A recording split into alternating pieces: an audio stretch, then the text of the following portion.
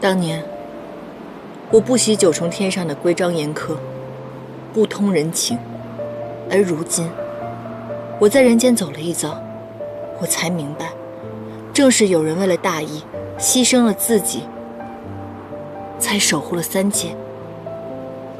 正是因为他们，才会有像我、像小妖这样的众生逍遥自在。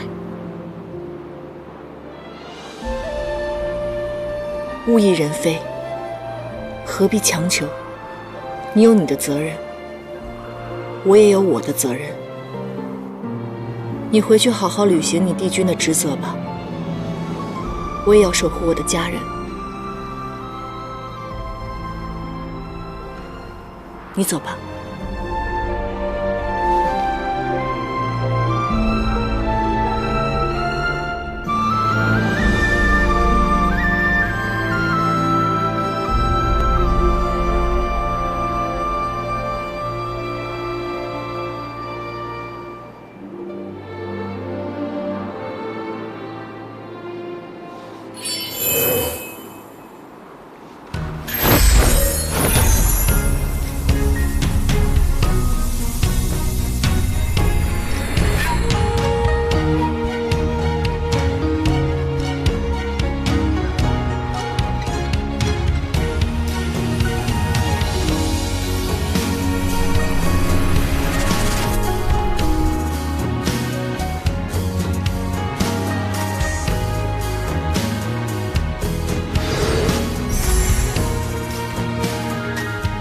若我偏要强求呢？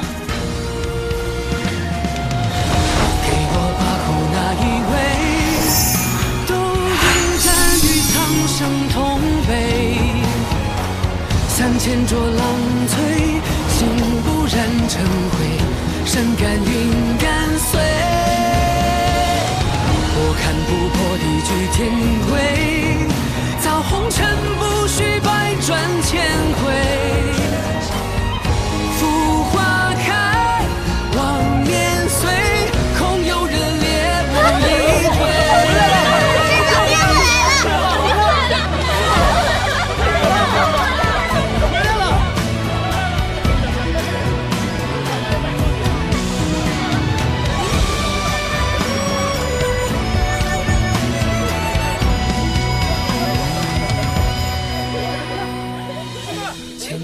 春天回来了，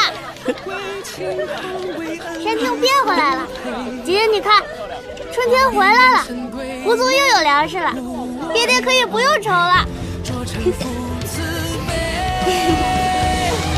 哪怕一次有去无回，葬我真心与红尘同美。可错过，可养悔，放左右情人的悲。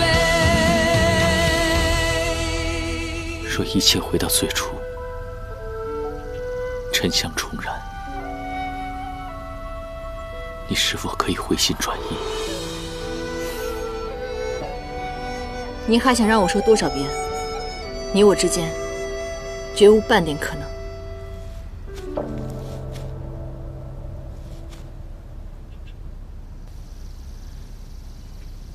可是你刚才已经回头看了，不是吗？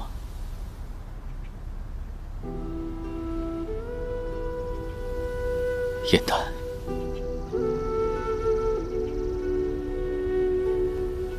我愿意等，等你重新走向我。我送你的香炉已经在这儿了，只要此心此情仍在，余温就永远不会消。我是帝君，也是唐州。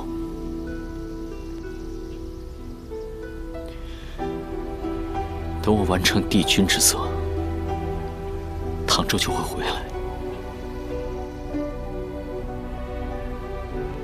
和你相伴余生。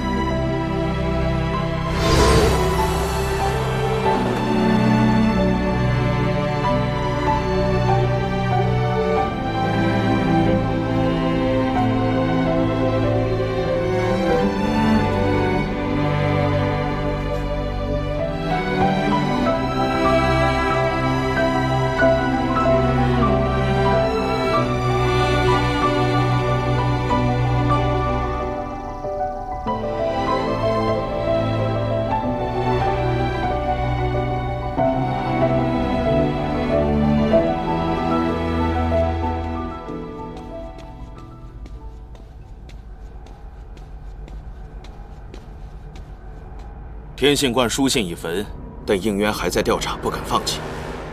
需要我再次出手吗？哼。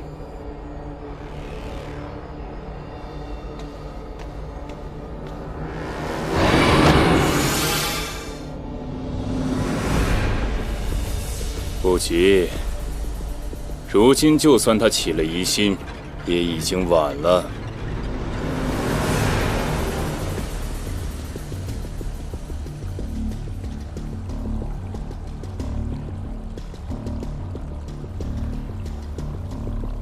5日之约，时辰已至，陆明为何还未来？帝君，我本想将严诞之事告诉陆明，可这几日我寻遍天界，终不见他的身影。玉清宫的仙士说，已经许久没有见到陆明了。我觉得事有蹊跷，翻遍藏书阁，只找到他留下的浇铸镜，却不知该如何使用。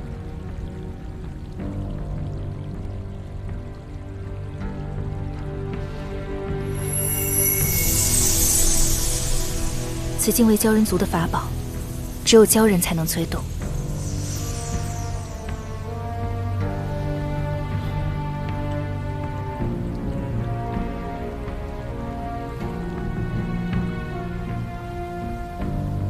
或许它会有用。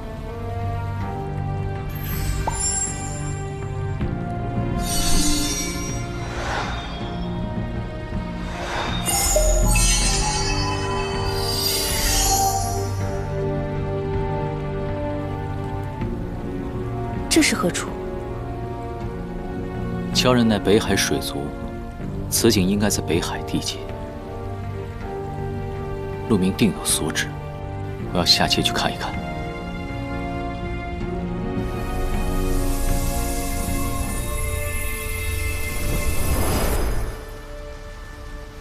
你的身体还未痊愈，不该如此辛劳。没关系的，这温泉没有了地址，便失去了功效。如今我用汉淡灵力化作莲花放在池中，既美观，还能增长一些疗愈之功效。以后山里的小妖受了伤，可以在这里继续泡澡疗伤，岂不是一举两得？你这靠山做的还真是称职呢。紫琳就应该多向你学习一下。她现在整日夫人长夫人短的，山境之事完全不管。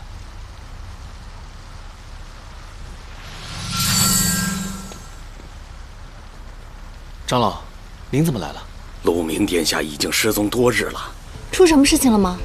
殿下常年在天界当差，每日通过鲛珠镜联系我们处理北海事宜。这几日我们都未曾收到殿下的口谕，我们只好施法催动了鲛珠镜，却只能看到这幅画面。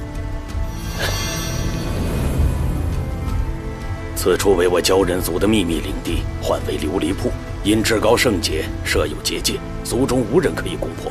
便是龙尊殿下也无法入界查看。我们寻找殿下心切，龙尊殿下便让我们前往野兰山求助。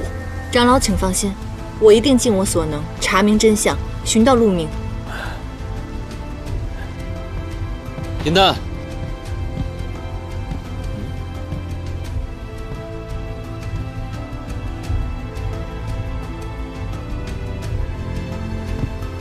于墨，我知道你想陪我一同前往北海，可山境方遭大难，你留在山境镇守，众妖才可安心。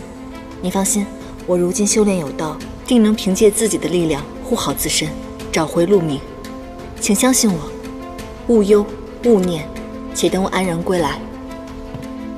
于墨，严大人呢？走了吗？这失踪的究竟是何人？让你们一个两个都这么着急。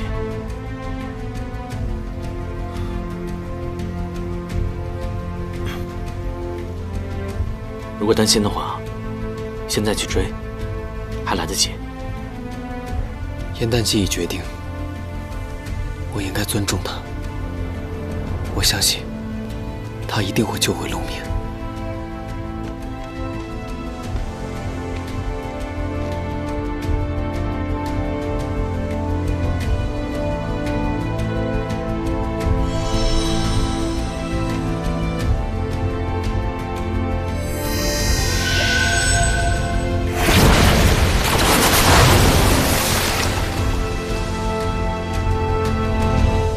燕丹，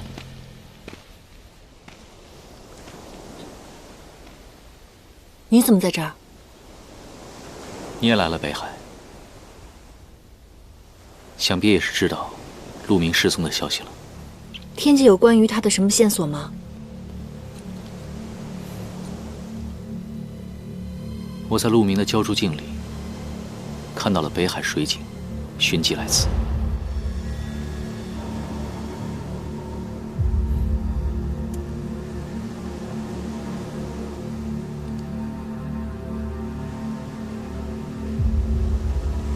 既然碰上了，那就一起查探吧。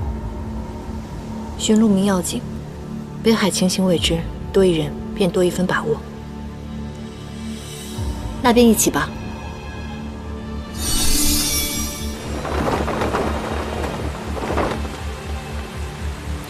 按长老所示，这里应该就是琉璃铺了。这是储存记忆的胶珠类。我们来晚了，我方才用了7重仙力才破此结界。那个先来之人必定修为强盛。我们去看看，那人有没有漏下什么其他的线索。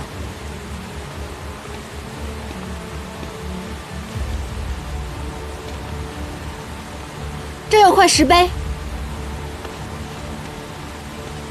鲛人百代，子嗣坟场，设琉璃铺，速记其踪。命途短顺，终归尘土；流水万千，方名永志。这是鲛人族的祠堂。祠堂一般是祭祀故人的地方。陆明的鲛珠镜出现在此，难道？不可能，陆明一定是想留下什么线索给我。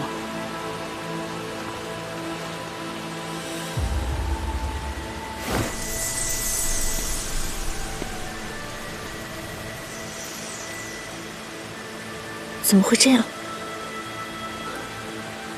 不可能的。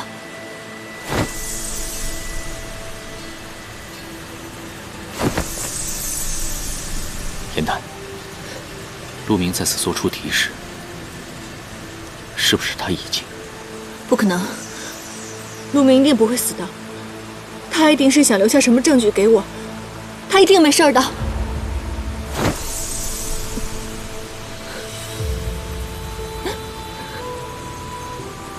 燕丹，你无法催动鲛珠镜，别试了。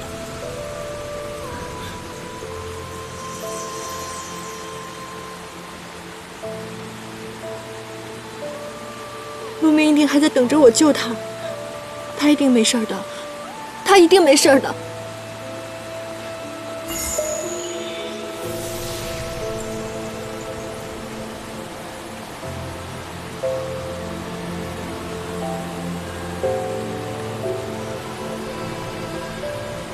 鲛人陨身后，一生记忆都会凝聚成一颗鲛珠泪，飞回故土。这是陆明的鲛珠泪。这是聚灵丝，陆明早就留了一手。那人虽把陆明的鲛珠泪摧毁了，可是若有聚灵丝，便会感知到宿主生前亲人的气息，便可以亮起来，可以聚回几分灵石。陆明，你到底发生了什么？你到底怎么了？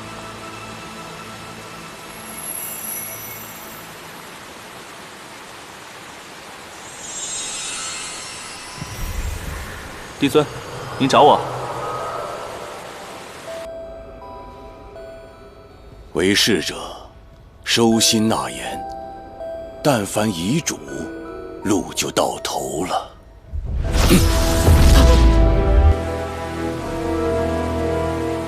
这怎么会是帝尊？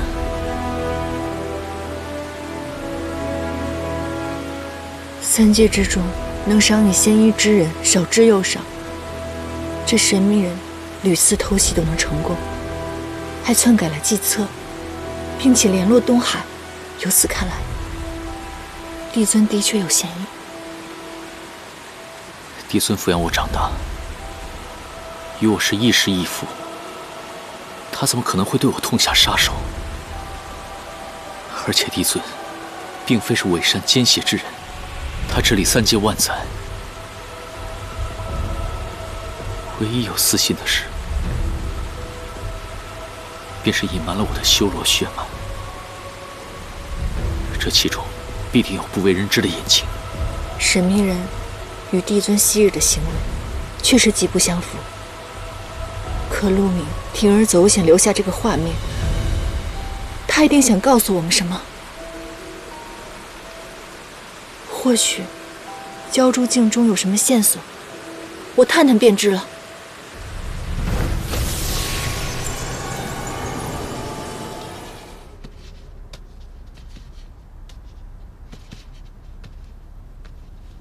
走吧，陆明。等会儿，这灯都还没熄灭呢，你陪我值夜值傻了吧？那我陪你一起熄灯吧。放心吧，陆明，就算你在藏书阁当1万年的小仙士，我就陪你值1万年的夜。走。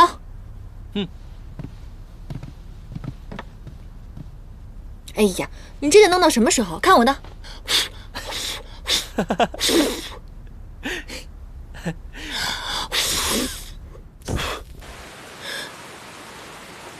这是之前我和陆明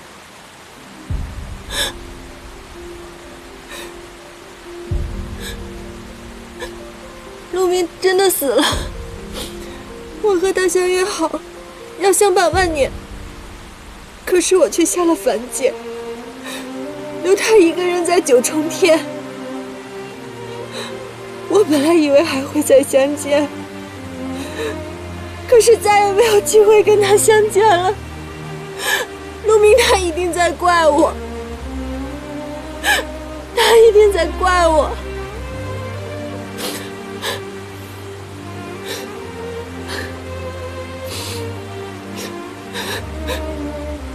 陆明他没有怪你，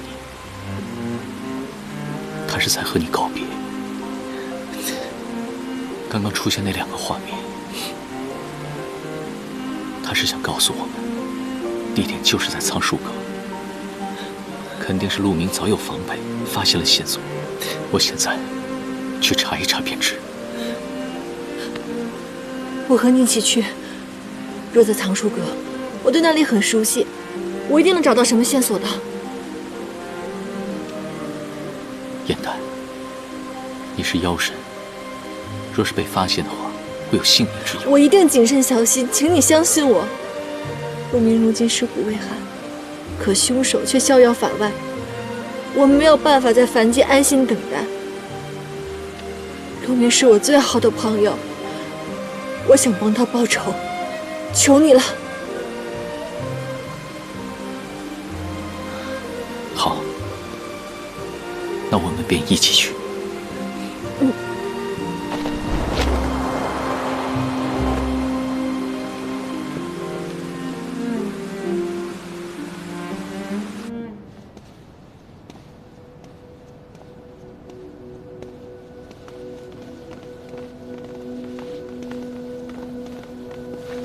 帝君，不必多礼。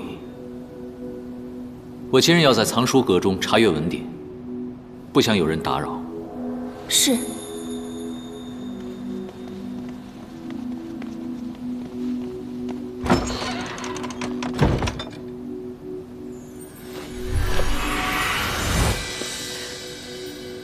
陆明记忆中出现的就是这藏书阁，我们现在分头找。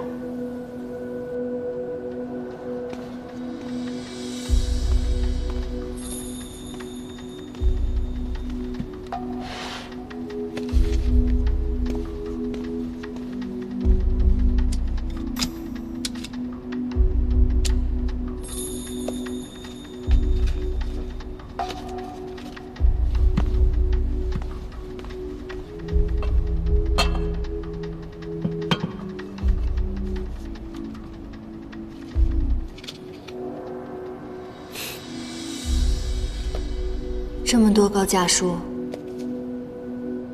陆明就算升官了，也跟以前一样，还是那么偷懒。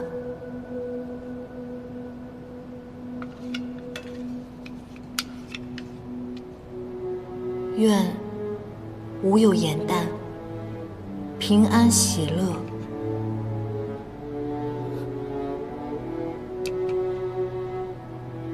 你每年都在为我祈福，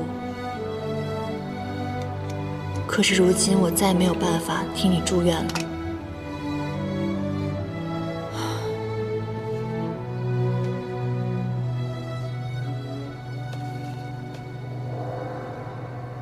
怎么会有这么多腰带的书？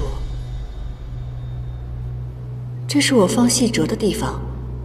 陆明以前从不会在此存放其他书籍，查案要紧，这些私物留以后再说。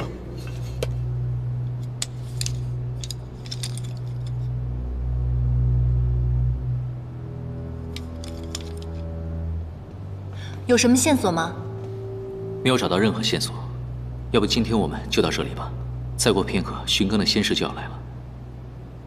走吧。哎，等一下，我是说，也许陆明在琉璃铺当中留下的幻影，不是在向我们告别。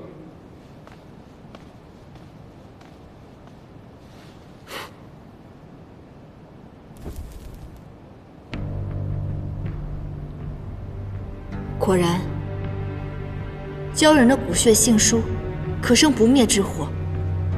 这不灭烛，便是陆明用自己的血制作成的，这才是他想给我们看到的线索。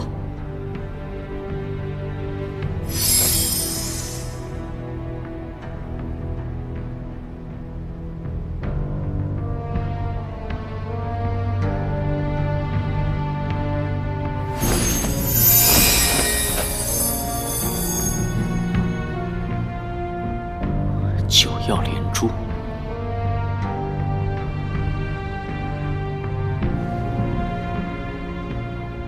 九曜连珠乃是万年难遇的奇异天象。严丹，你看，这9颗星排成一列，遮天蔽日，在天地间结成法阵。这不仅是天象这么简单的事情吧？九曜连珠天象出现的时候，若以金蝉翼及天地灵气，再以仙力深厚的神仙仙灵化作容器，生祭九曜阵，就能炼就乾坤饮。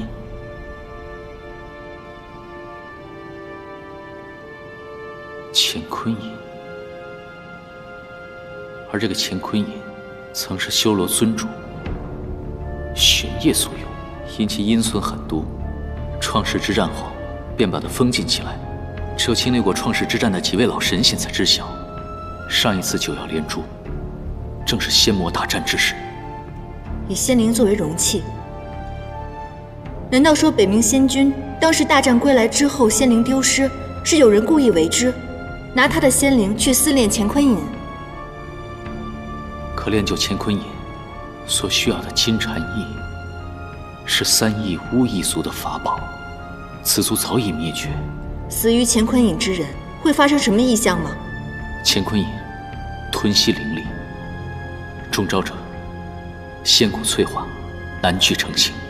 那我们去神官陵看看北冥仙君的尸身，不就真相大白了？好。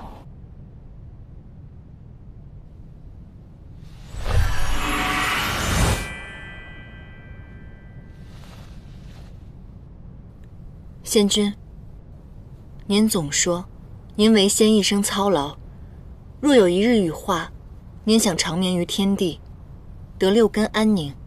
可如今，为了还您一个公道，必须强行开棺，扰您清静了。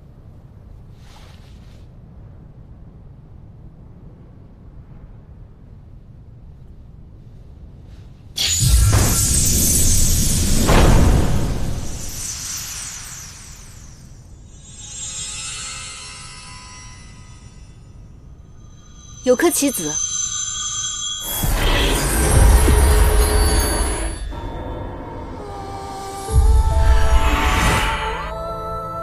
帝君，好久不见。仙君，我尚有一分灵石，寄于你的棋子之中，以其与你心灵相通，传音于你。我的棋子，仙魔大战，我统管后方，为众仙分配法器、仙兽。大战前夕，帝尊曾嘱托我，若战事吃紧时，务必保全帝君。可是我于后方，你站于前线，我唯恐照顾不及，便暗中取走了你的一枚棋子，一起与你灵石相连。没想到多年以后，竟再次相见。若帝尊真是那神秘人，何苦救了我又要杀我？仙君这片心意，我竟毫不知情。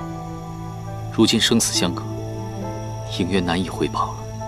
敢问仙君，当年大战究竟发生了何事？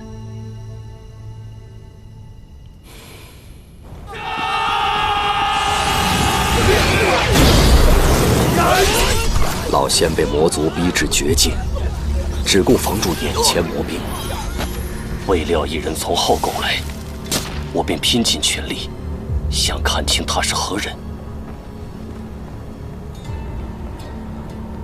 我抬起头，却看见了自己的脸。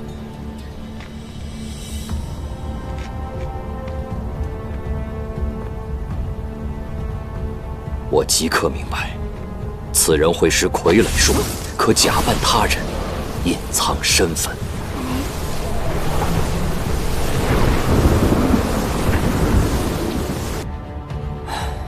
我终究是抓不出他了。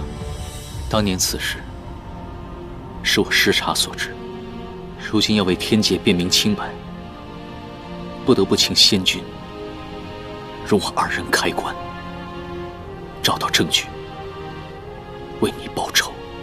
此人处心积虑弑杀仙君，吸取三帝君神力，然后悄然脱身。其仙法之深，心机之沉，如何匹敌？倘若你继续追究下去，定然会危及自己的性命，你的身份也会被揭破，于天界再难容身。原来仙君早已知晓，应愿此生只为扶天地正道，哪怕身份揭破，削了仙籍，也要还无辜牵连之人一个正义清白。为了使命，无惧无悔，还请仙君开棺。也罢，我早知道会有如此结局，只是大势早定，若定要寻根究底，扭转乾坤，必然会危险重重。倘若必有一战，我相信帝君一定会拯救苍生，还三界太平。只是我还有几分私心。仙君可是挂念颜旦与于墨？请放心，若他们卷入局中，应愿必会奋不顾身，护他们周全。愿帝君平安功成，那这两个孩子就尽托付于帝君了。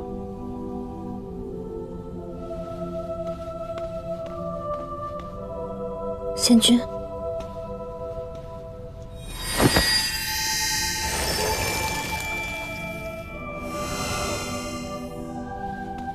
龙鳞，这是当时于墨放在仙君身上的龙鳞。九级龙鳞乃是灵根所化，坚硬无比，好好放在仙棺当中，不可能有破裂的。果然有人谋害了仙君，拿走了他们的仙灵，借此炼得乾坤银。三界之中，有能力弑杀帝君的，只有一个人，那便是天帝。昔年创世之战当中，他带领仙神灭了修罗一族，而如今又以修罗邪法残害天界之人，他为何变化如此之大？以他的身份揭破此事，形同颠覆三界。我们必须谨慎确认若想找出真相的话，还得收集更多的证据。我知道，你与天帝情谊深厚，若是调查起来，你处境会非常的艰难。我有些担心你，你在明，他在暗，不能让对方钻了空子。你放心，燕南，我绝不会寻死。事关重大，我自责无旁贷。在没有拿到证据之前，我们不可贸然行事，否则就会身陷险境。燕丹，你还是先回夜兰山去吧。你是帝君，一举一动皆被瞩目。若我化成一个小仙士，反而进出许多地方更不易被察觉。况且，陆明在藏书阁中留下那个木盒，我必须要弄清楚到底为何意。既然你要选择一起留下来，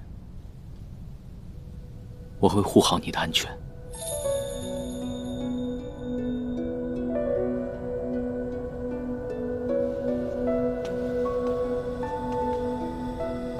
仙君，我定会为你讨回公道。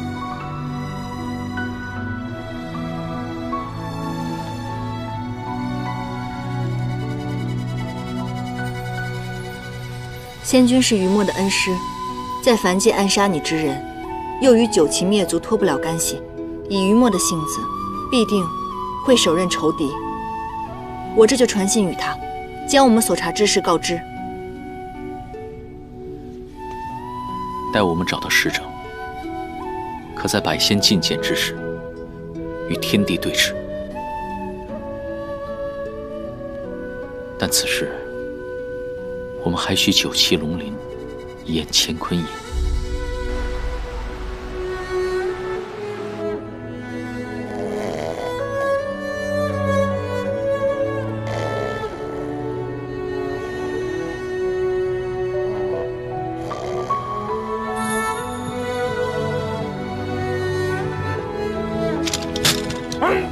哪个不要命的小崽子敢打扰本帅休息？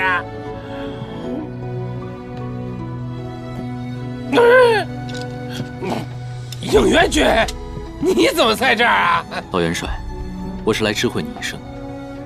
7年我让你留下的房间，现在有人要来暂住了。我来，是给他添置一些物件。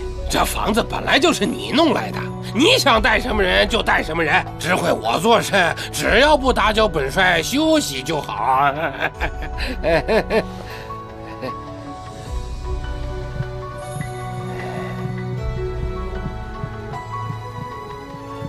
哎，应元君，你要带来的是一个女娃娃。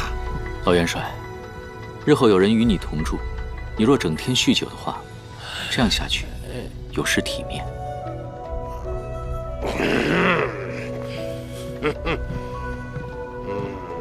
哎，看来本帅以后不会有好觉睡喽。你现在身在何处？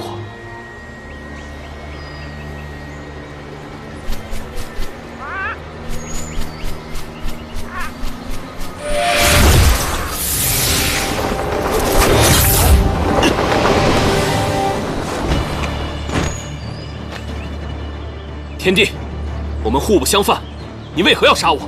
清理战犯邪神，何须理由？子期，陶子气勾结魔族，理应拔仙骨碎仙灵，神魂俱灭，永不超生。若你要这般对他，不必等到我现身。你倒是没我想的那么笨嘛。你到底想要什么？只要你放过他，我都给你。想要他吗？拿你的万魔之眼来换。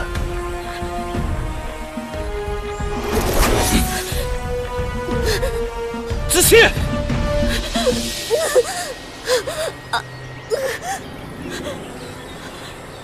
我给你，只要你不伤害他。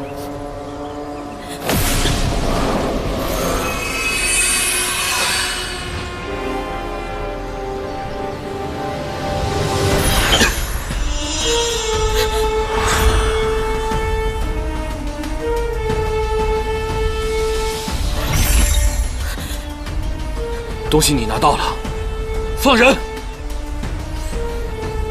我答应放过他，可没答应放过你呀。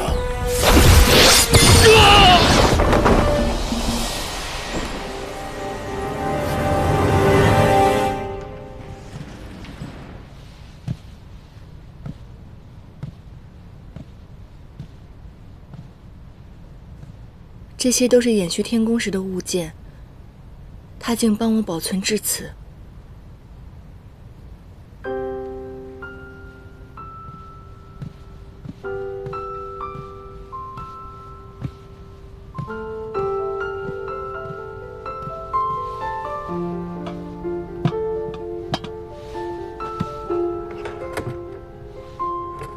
星辰瓶，是姐姐。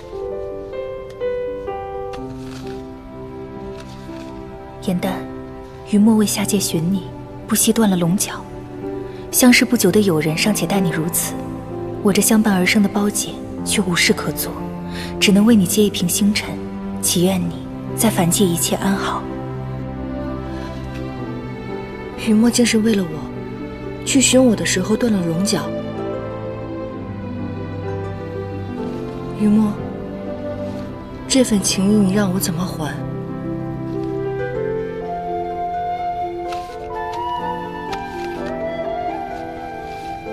颜淡，若你可以原谅我，大婚那日，我要亲手为你穿上这件嫁衣，希望你能心想事成，冲破一切天规，和应元君永远在一起。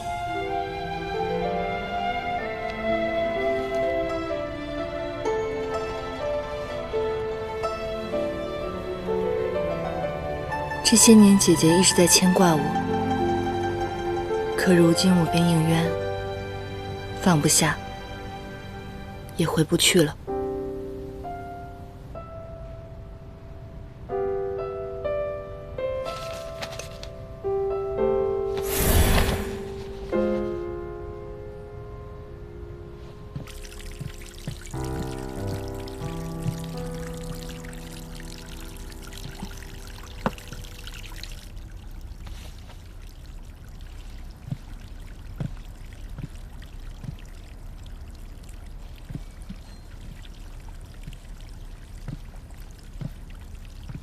你是何人？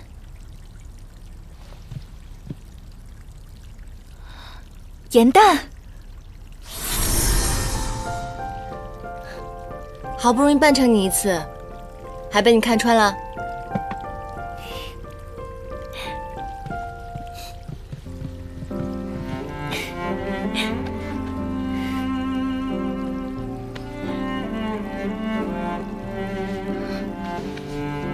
你为妖神，为何冒险来了天界啊？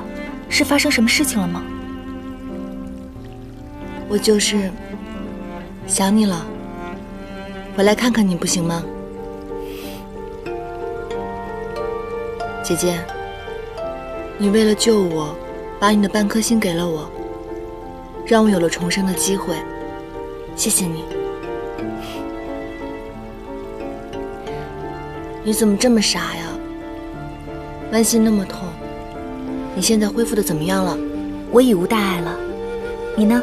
身体感觉怎么样？恢复的好吗？你觉得呢？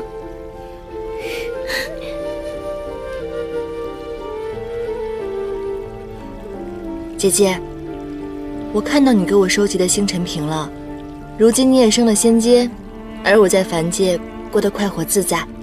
我突然想到，我们当时对着星辰瓶的许愿都已经成真了。那你有没有看见我为你准备的嫁衣呀？那也一直是我的心愿。你离开天界这么多年，是帝君收好了你的旧物，珍惜守护着有关于你的一切。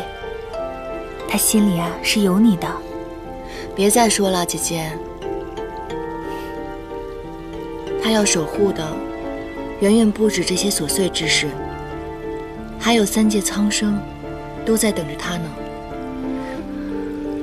我现在觉得，其实不是每段感情必须要有结果的。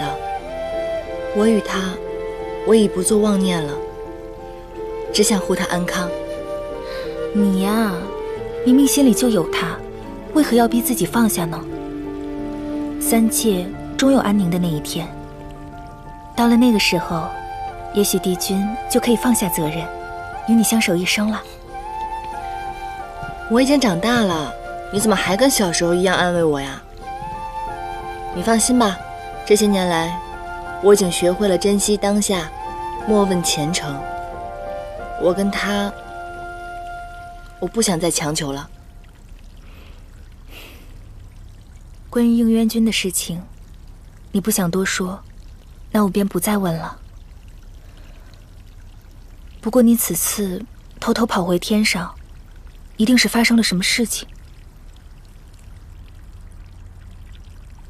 难道跟我都不能说实话吗？我们所查之事涉及天地，若是被他率先察觉，定会被其灭口，还是不要牵连芷溪为好。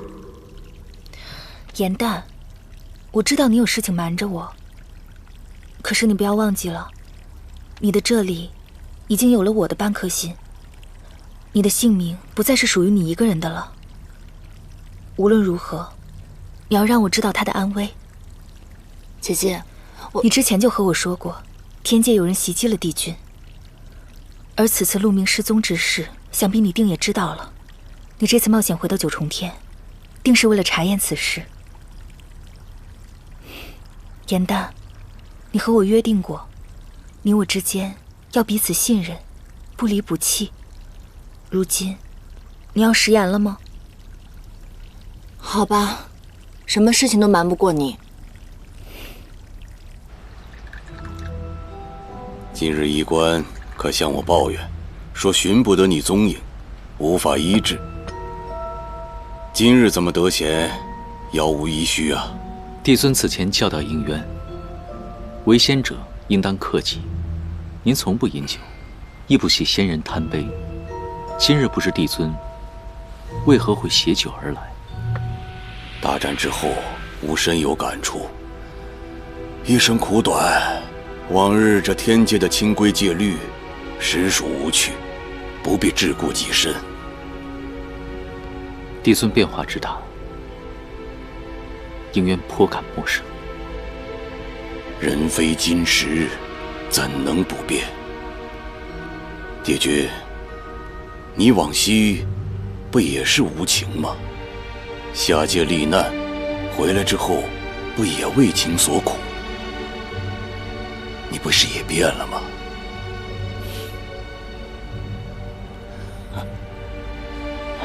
时隔数年，我重返天界，对天界事情很多都很生疏，便去了趟玄心崖住了几日。获得老元帅提及一事，我想不明白。据说当年大战之前，帝尊曾说过太幽难当重任，可不知为何如今他能破格提拔为仙兵总管。此事甚是无奈。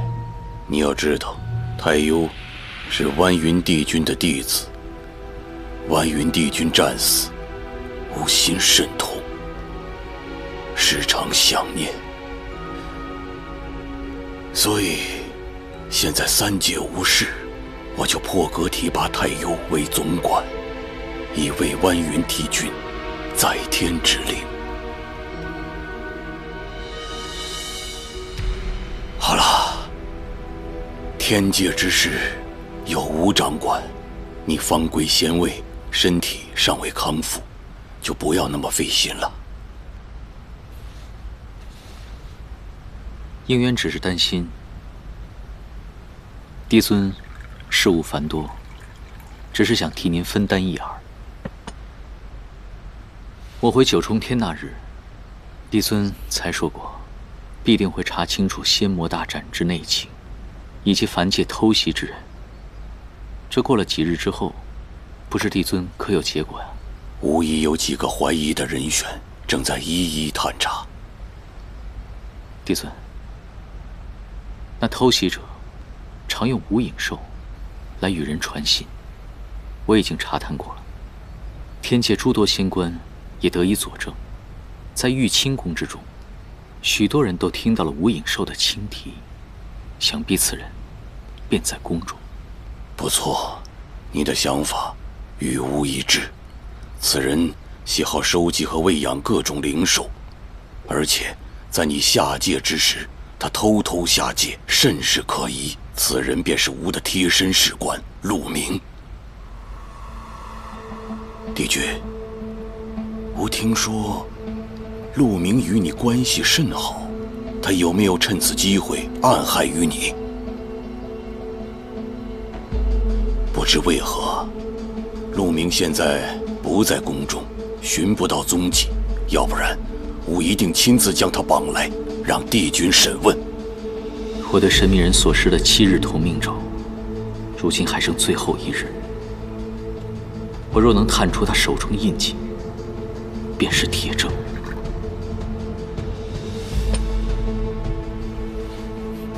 许久未见帝尊，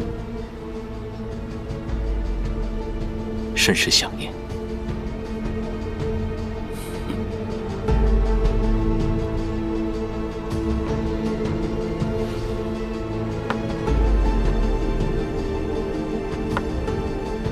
些年，您常在这里飞至杯盏试探我的心法如何。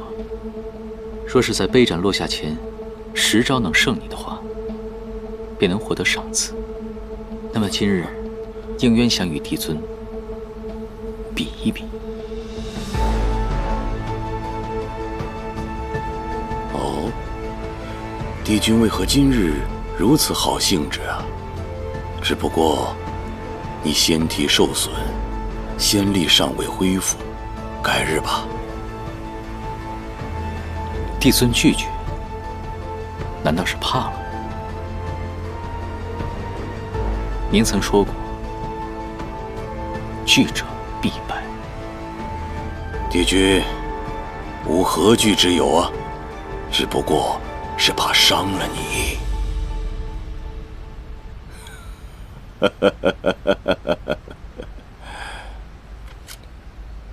记得你年幼时候，吾曾单手与你过招，那今日就重温一下儿时之梦。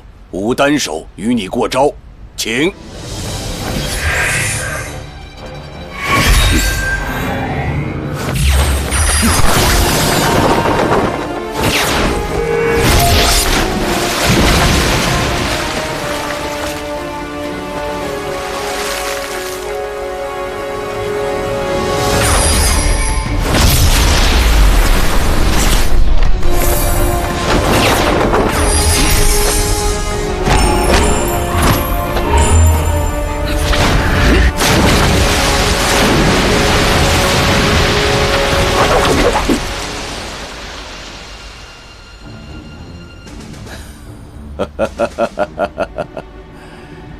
帝君，吾就说了嘛，怕伤着你。多谢帝尊手下留情，应渊无碍。你仙体方愈，今日就点到为止。天色也不早了，吾该回宫了。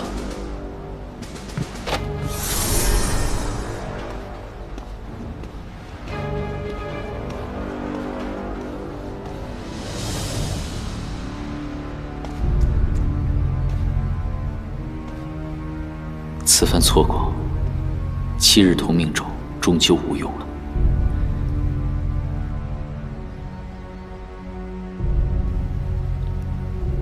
帝尊向来不喜我义气，自己也不善艺术，为何如今的随手一摆，却能完满复盘？难道……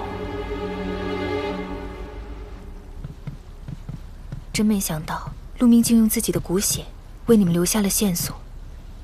他生前曾多次来到妙法阁，每次都会在这个柜阁面前停留。我想这其中一定另藏玄机。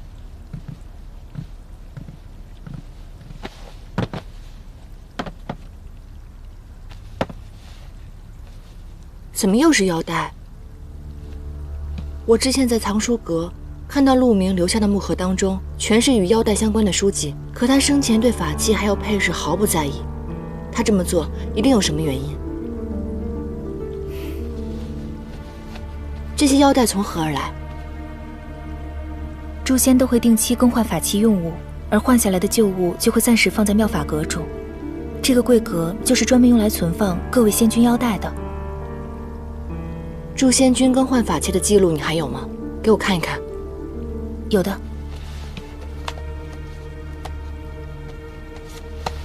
你看，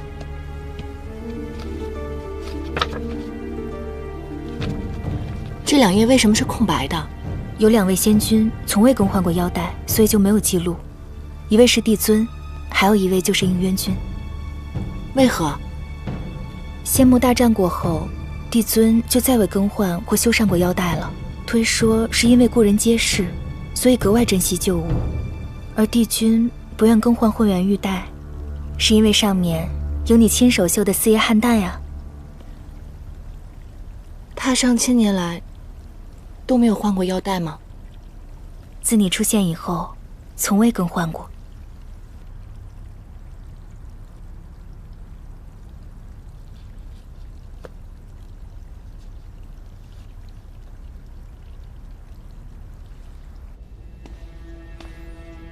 应渊白日所施，竟是玄烨所创的永夜功。此功唯有修罗尊主的血脉可炼，玄烨已死，血脉已断，此功怎么可能再现于世？难道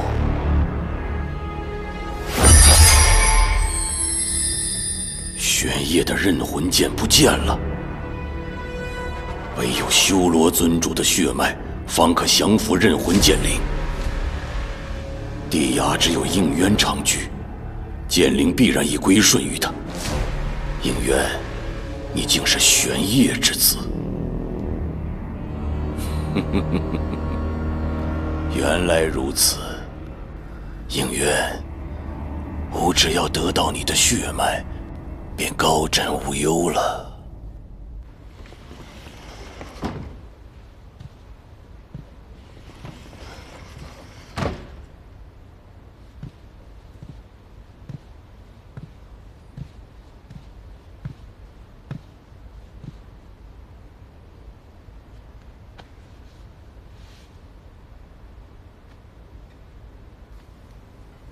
帝君不愿更换混元玉带，是因为上面有你亲手绣的4叶汉带啊。何人在此？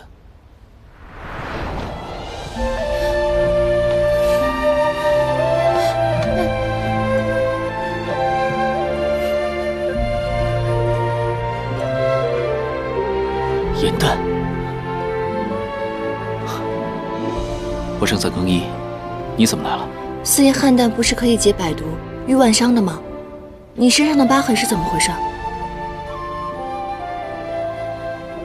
？7年所受刑罚，病坠入体，这伤痕万物难解。帝君，出什么事了？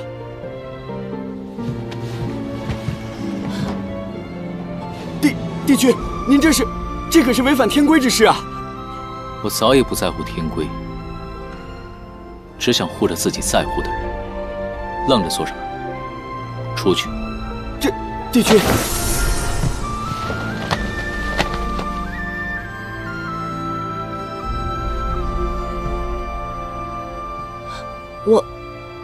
我来找你，只是想告诉你，我找到新线索了，你不要误会。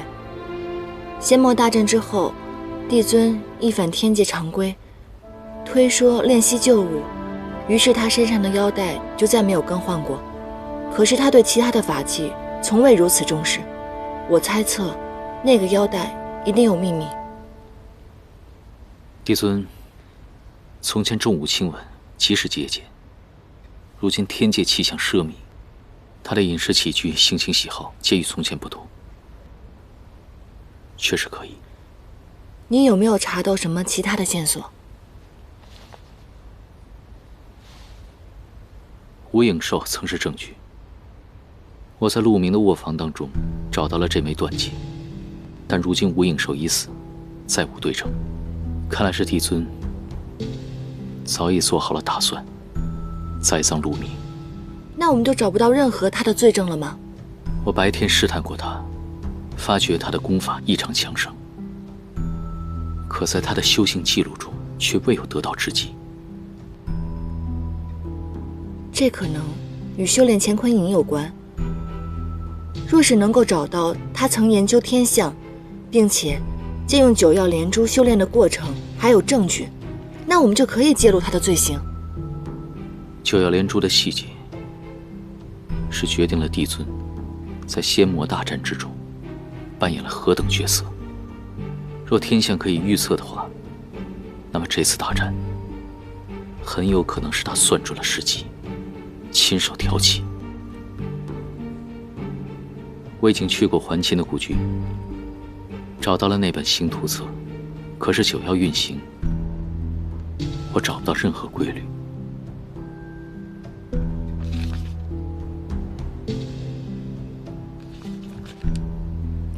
九曜运行并无规律，这怎么可能呢？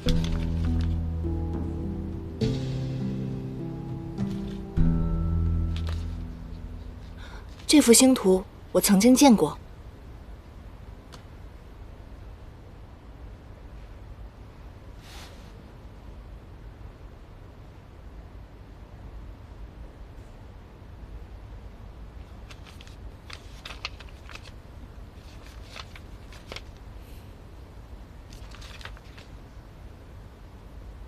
你说的是这幅图中九曜的位置？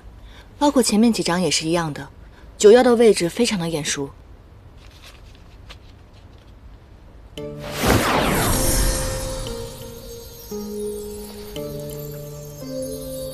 来，给我。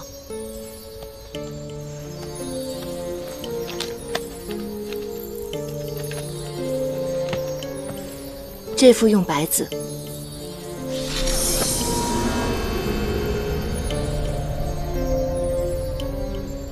九曜司，天、地、阴、阳，阴为黑，阳为白，黑白交错，阴阳叠加，于是成了这副棋局。而这副棋局，我曾经在偃虚天宫见过。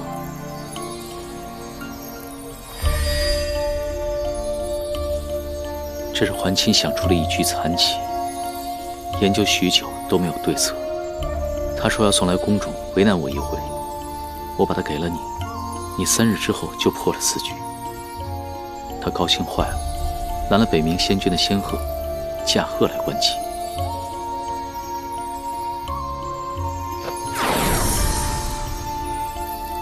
果然，这9子连在一起，就是九曜连珠的方位。还秦如果已经预测出九曜的星轨，为何还要隐瞒他人？他会不会是帝尊的人？如果要查清楚真相的话，那我们只能去还秦生前值守的步星亭寻找线索。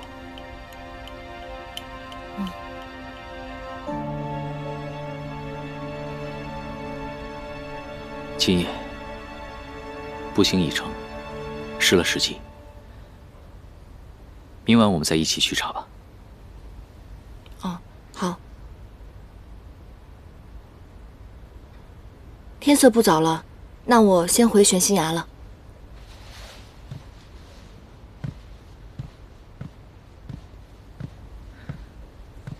燕丹，我还有一句话。方才对清源所说的话，那是我的真心话。我不会再受制于天规，你明白吗？我明白。帝君，你怎么屋外还有人啊？你们继续，我和陆景在这儿好好守着，不会让别人发现的。他们要守多久啊？依照新宫规，可能要1整夜吧。1整夜？那我岂不是1整夜都出不去了？有可能。那我现在怎么办？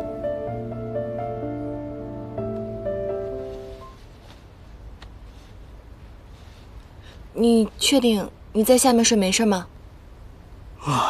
时候不早了，睡吧。地面阴冷，如果寒气侵入你的体内的话，你旧伤复发，那就不得了了。这样吧，还是我睡地上，你睡榻上吧。哎，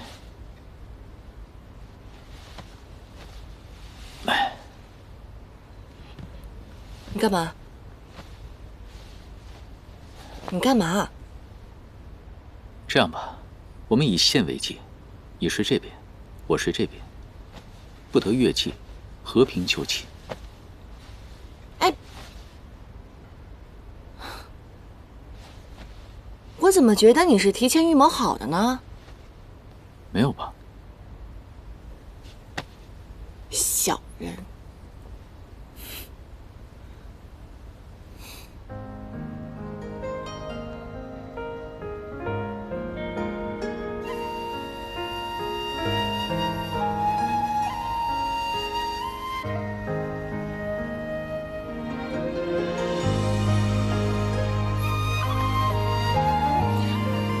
你干嘛？你干嘛一直睁着眼看我？你不转身，怎么会发现？我刚才后面感受到了。总之你不能看，闭眼，不许看我。你越界了。我那是因为你一直盯着我看，我才越界的，好吧？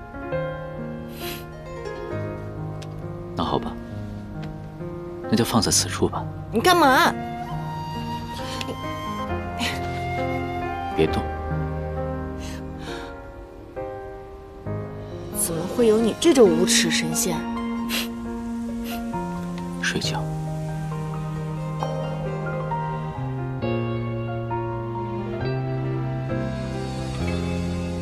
好久未见他这般安宁的神色了，想来自你归位后，再未度过安乐时光。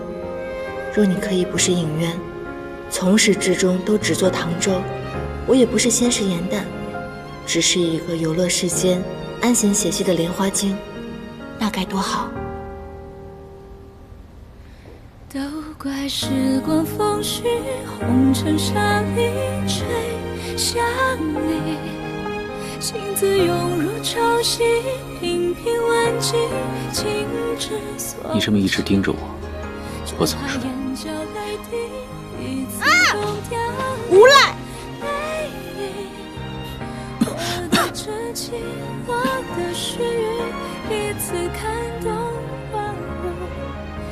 燕丹，我答应过你，会履行帝君之责。眼下危机四伏，天界必有一战。我身为帝君，危难之际定当身先士卒。若你我终有一日死别，有过今夜温存，我已然无憾。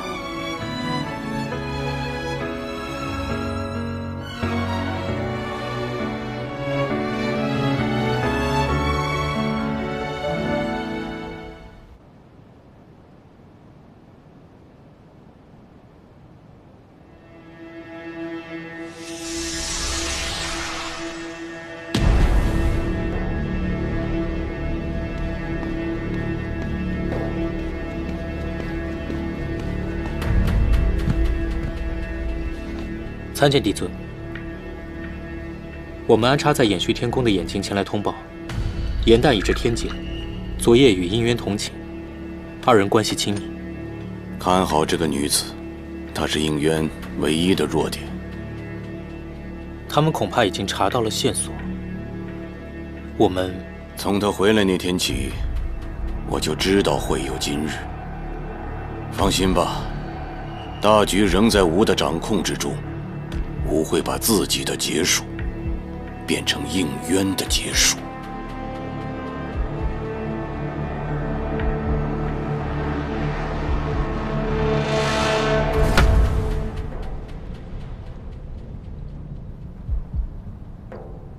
整座波星亭当中，只有这观星石墓作为蹊跷。昔日冀都星君通过观察它，测出了九妖的轨迹。你说这里面会不会藏着什么线索？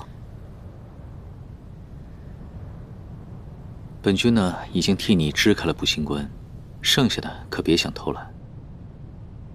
布叶点星石木自会开启，要是灵力不够的话，我可以像从前那样教你。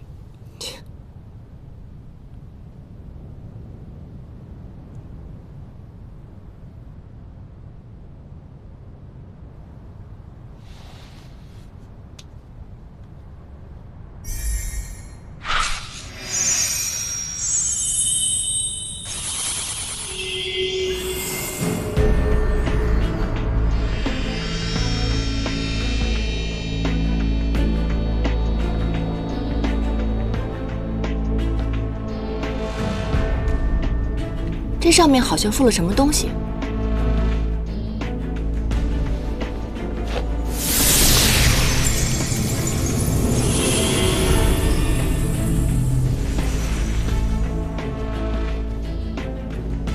这是什么？是3亿巫异族的至宝，修炼乾坤引的最佳法器——金蝉翼。那日我与帝尊比试。 他仙法玄奇，深不可测。若真的是他修习了乾坤引，那一切就解释得通了。现在想来，当年3亿巫是帝尊亲自下旨灭族的。可若是赃物的话，为什么不好好藏着，要沐天洗地的放在这儿呢？日月隐于天，万象化于无。金蝉翼。 是用来修炼乾坤引的最佳法器，它将天地灵气、日月精华归于己。天之角，灵气充溢。至于此地的话，可以提供源源不断的灵力。可是还清，夜夜在此步行，不难发现他。这片禅意，或许就是他的催命符。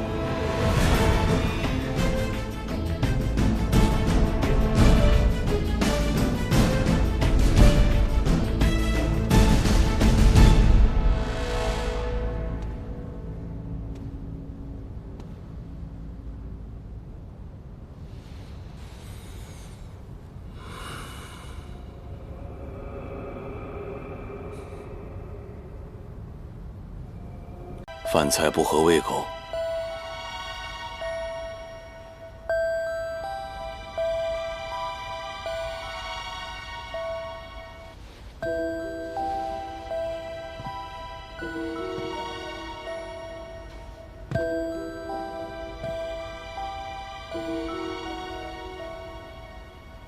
这900年，你是否得偿所愿？ 虽是大功告成，但是岁月悠悠，寂寥难耐。那份真心，那副容颜，再也未能出现。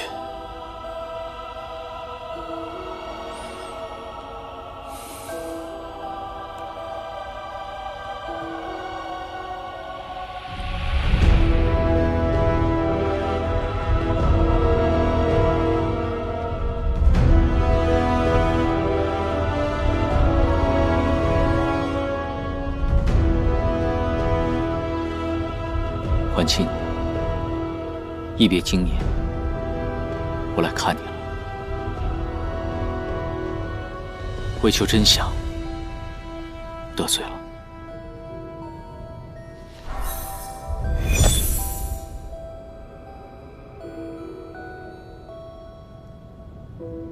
仙灵一时，你果然不是战死的。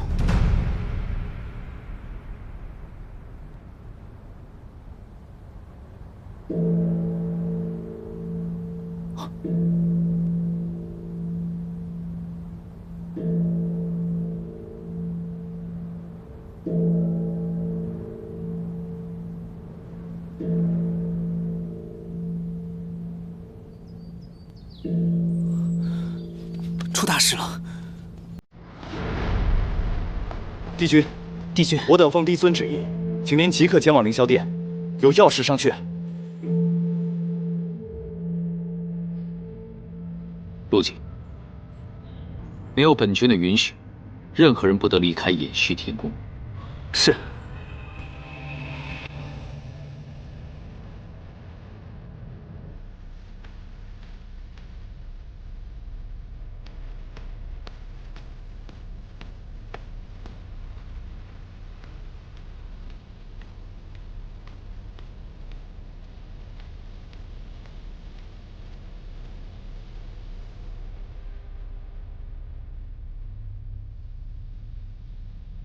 帝尊，天中撞响9次，乃九重天100万年来未有之事。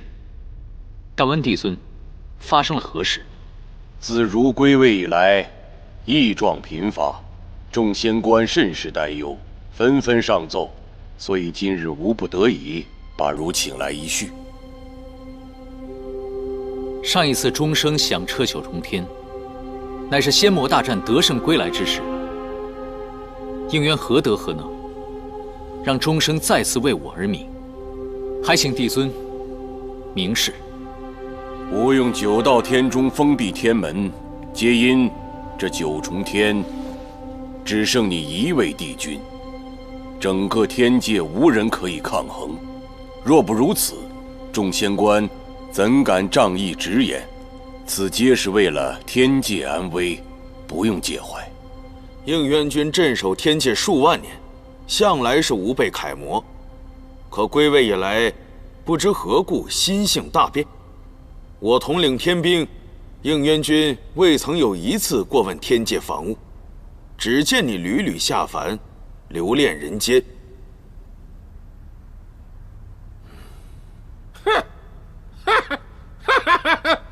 我还以为应渊君犯了多大的罪过呢，不就是到下界逛了几遭吗？可笑！我想问一下在场的众位仙官，哪个没在闲暇之时到下界逛上一逛，走上一遭啊？太幽方才进位，谨慎一点也是可以理解的。应元君，吾记得你从前从不无故下界。帝尊也让我养伤为由卸了我的差事。天庭守卫并非我管辖之事，如何知会？之前罹难时，我屡遭丧命之险，来者行事诡谲，欲毁3界和平，因此我去下界调查。何人敢大胆谋刺于你啊？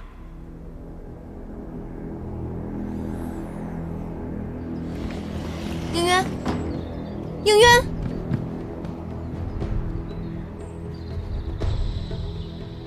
天界近日并无要事发生，突然敲钟，9重天门尽数关闭，上神亦无法出入。难道真的和应渊有关？可万一不是，白日外出被人识破我伪装姐姐，反倒惹来麻烦。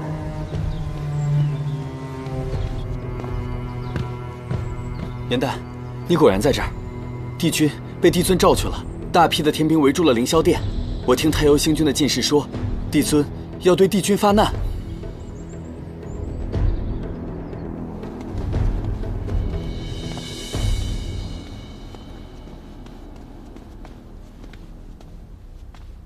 帝君的安危关乎3界的安定，下界时也会有人暗中保护。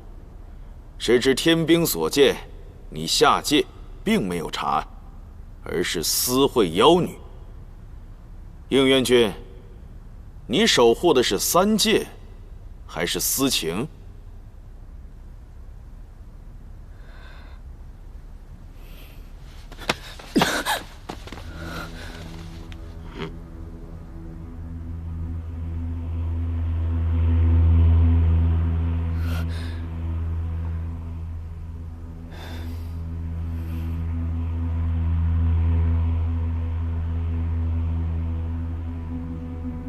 帝尊，这是何意啊？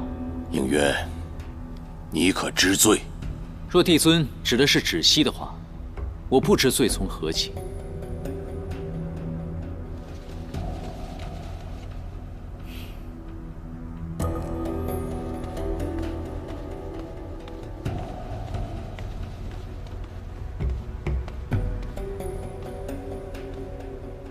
帝尊，帝君。是芷溪行事不周。近几日我在帮帝君修补法器，因为太过心急，所以几次出入偃虚天宫，不仅令帝君被太幽星君误会，而且还得罪了帝君身边的进士。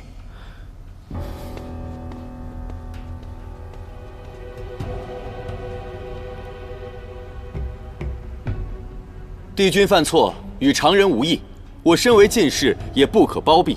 我亲眼所见，帝君将他……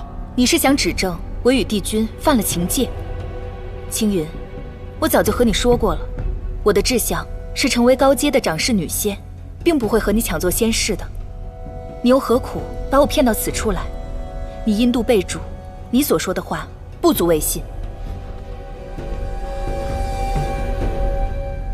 且不说芷溪仙子向来性子拘谨，一心修炼。我记得当年帝君复明归来，帝尊就曾以断情线试炼，证明了二人并无私情。不错，应元君与芷溪确无私情。帝尊英明。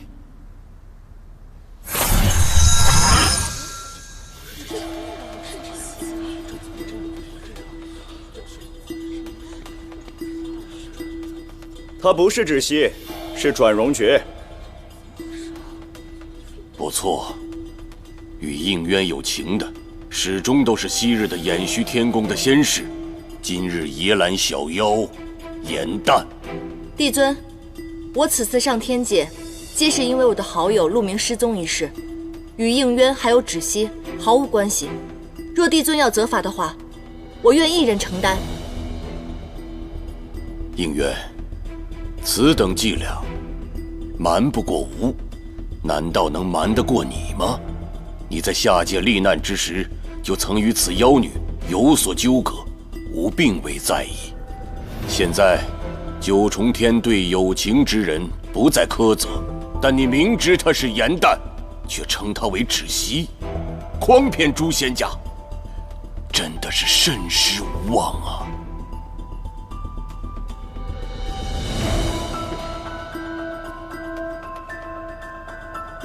应渊，吾可以容你生情，但你不能对此妖女有情，你可敢一言？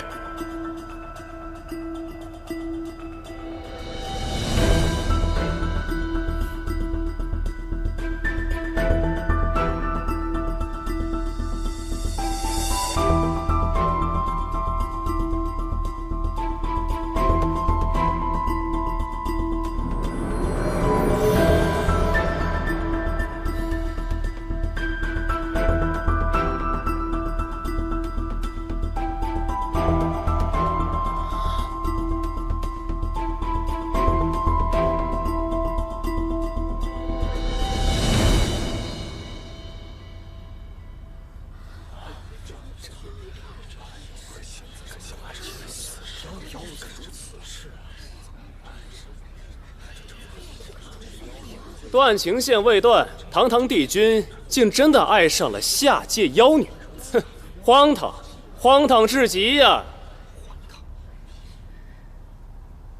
沉香并未成血，对吗？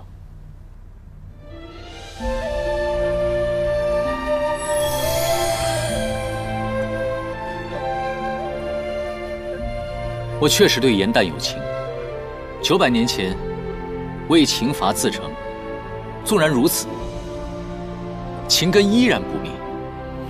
如今我愿再受刑罚，但此情坦荡，无害三界，哪怕帝尊不封天门，我也会如实相告。我就说你对他那么好啊，应元君，你很有种啊！也罢，天规已改，看在你主动承认的份上，吾可以给你一个选择。你若愿意放弃仙籍，辞去帝君之位，你就跟他下界，做一对平凡夫妻吧。谢帝尊。若是他愿意，我定会相陪。但不是现在，因为我还有重要的事情没有做完。世事难两全，如果你不愿意放弃仙籍，便要受到刑罚。此妖女已经失去仙籍，以妖女的身份蛊惑帝君，理当处死。有我在，没人可以动她。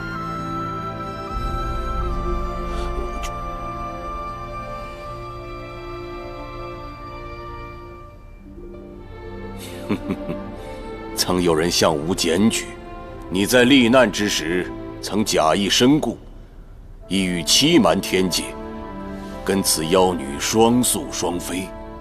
之前吾还不信，如今看来，此言非虚啊。当时帮助帝君假死，欺骗天界的仙官，是同我一同服侍帝尊的陆明。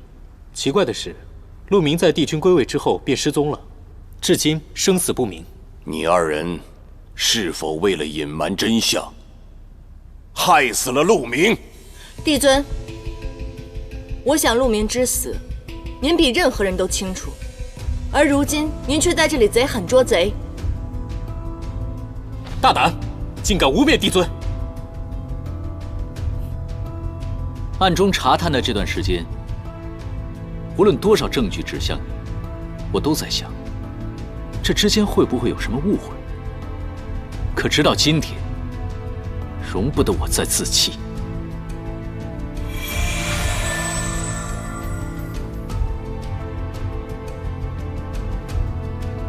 陆明是我最好的朋友，他如今的确已经仙逝，可是到底是为谁所害，口说无凭。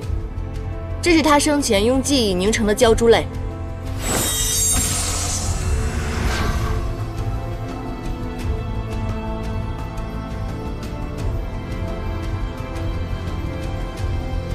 帝尊，您找我？为逝者，收心纳言，但凡遗嘱，路就到头了。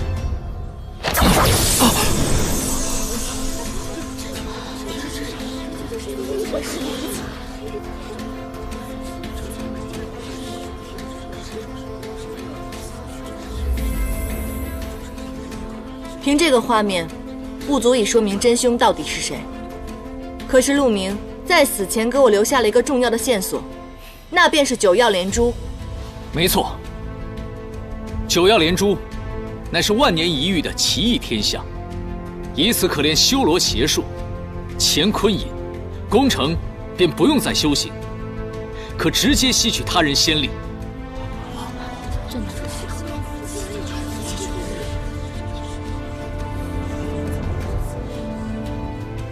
这片龙鳞来自上古彝族九旗，此乃天下至坚之物，而唯有乾坤隐可以使其淬化。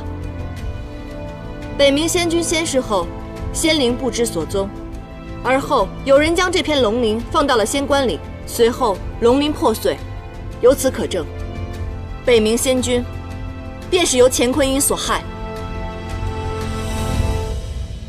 上一次九曜连珠恰逢仙魔大战，祭镇仙灵，则需与修炼乾坤隐者仙力相当。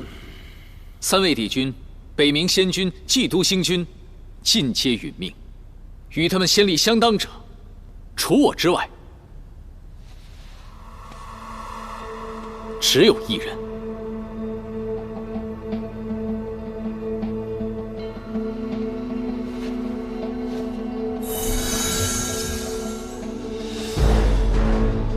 千禅意是修炼乾坤隐的最佳法器。三义乌在创世之战时，曾投靠过修罗族，彼时帝尊将其灭族。此后，千禅意便不知所踪。此物帝君是从何处寻来的？天之角，不兴亭。直到昨日，他还静静躺在观星石墓上，为主人吸收灵力。我想当年就是祭都星君发现了此物，才会在大战中被杀人灭口。天帝，你可认罪？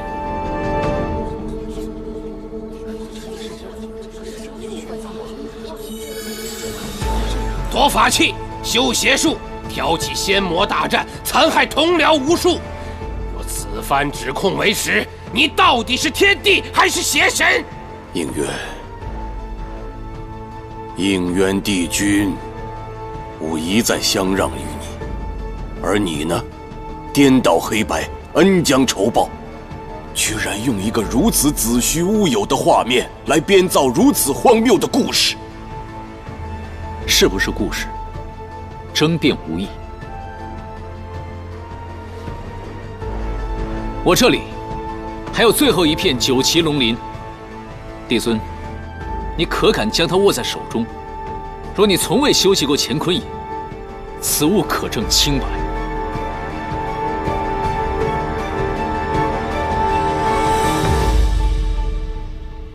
你是九重天唯一的帝君了，吾向来器重于你。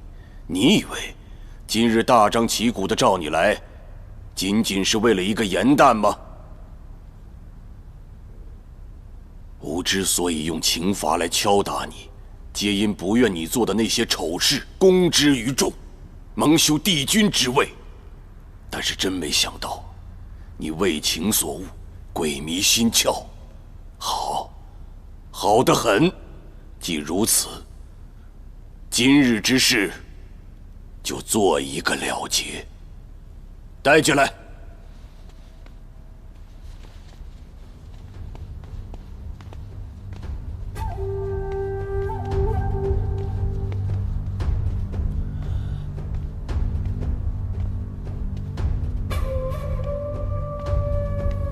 桃姐姐不对劲，看来柳微阳已经落到了天帝之手。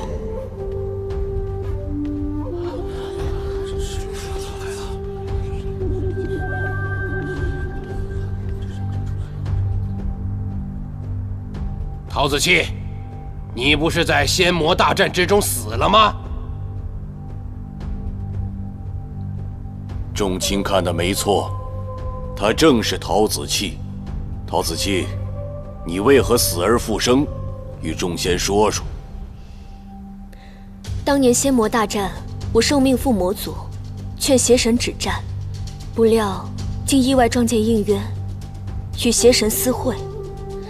应渊意图谋篡天地之位，早与魔族联手，利用仙魔大战，重挫支持帝尊的帝君与仙君们。我因此被应渊灭口，于生死场沉浮多年，后被帝尊救出，才得知当年3位帝君以性命为代价，杀死邪神，阻止了应渊的阴谋。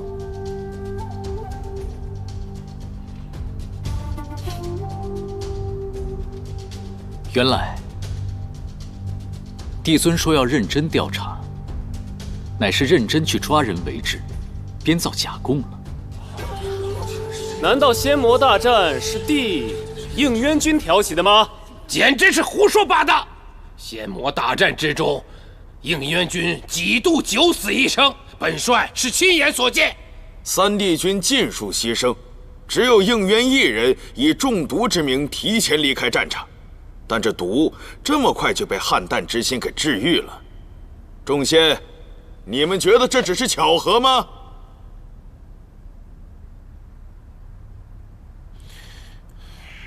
汉淡之心在我体内，救不救帝君，皆凭我意。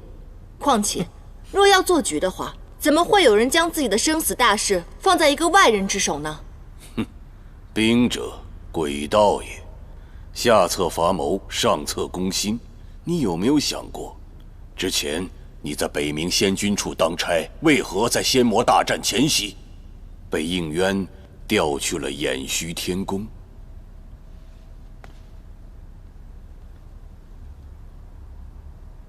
陶子季突然现身，身份存疑，空口无凭，不足为信。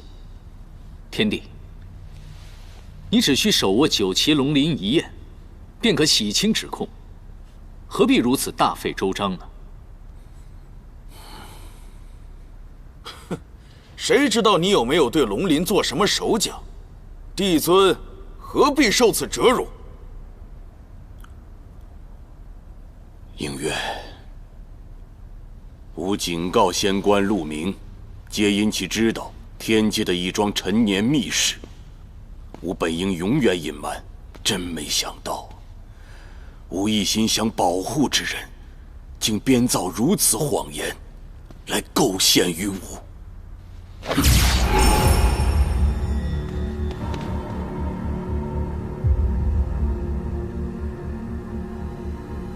唯有修罗族人眉心长有黑纹图腾。应渊，没想到你是修罗族余孽。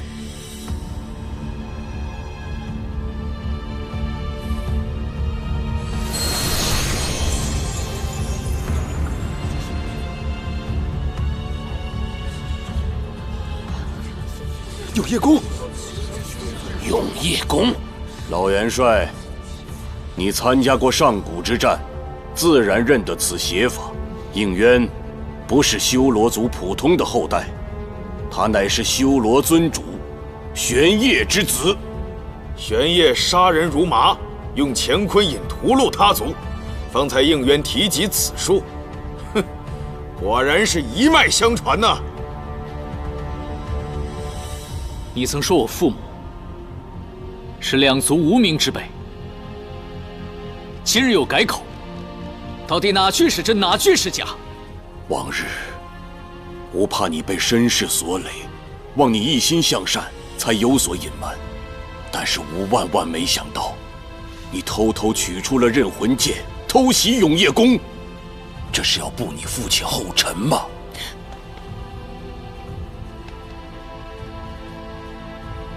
当日应渊帝君自负神术，本欲自戕，是我不忍，上前阻止，这才破坏了压制修罗的封印。刃魂剑飞出，之所以能被应渊君收服，皆是因为应渊君仙力非凡。是真是假，老元帅不会不知吧？唯有玄烨之子方可修习永夜宫，而刃魂剑是玄烨的佩剑，除了玄烨之子，谁能让他重新认主，俯首称臣？可惜了你这身血脉，竟自甘与凡夫俗子为伍。无论身世真假，修罗族的血债，应渊君丝毫没有助力，反倒是在创世之战当中大义灭亲，亲手除恶。正因此功，天帝才亲封应渊为青离帝君。这数万年间，应渊君守护着苍生，是真是假，诸位皆有心有眼，难道还看不清楚吗？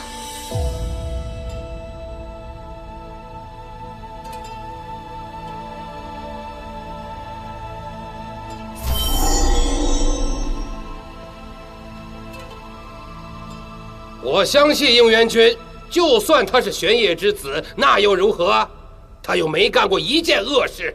是啊，谁能选择自己的血脉呢？我亦相信帝君。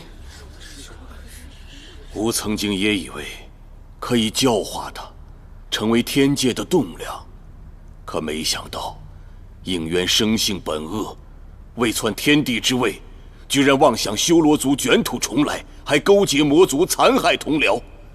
创世之战失败后，他又心生一计，今日他编造出如此荒谬的故事来陷害吾。之所以应渊如此胆大妄为，是因为你知道，吾待你如己出，不会对你赶尽杀绝的，对吗？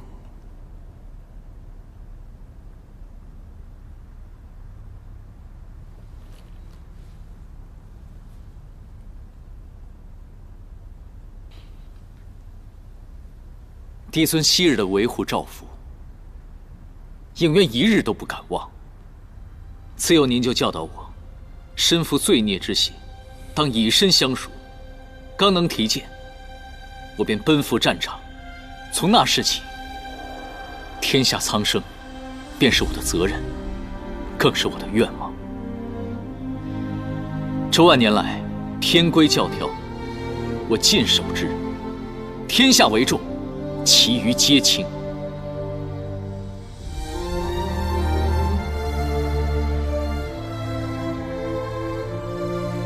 在没有遇到颜淡之前，这世上没有应渊，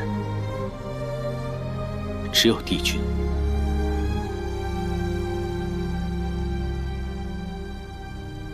若非我查到实证，我真不敢相信，教我守护天下的帝尊竟会有如此不堪的一面。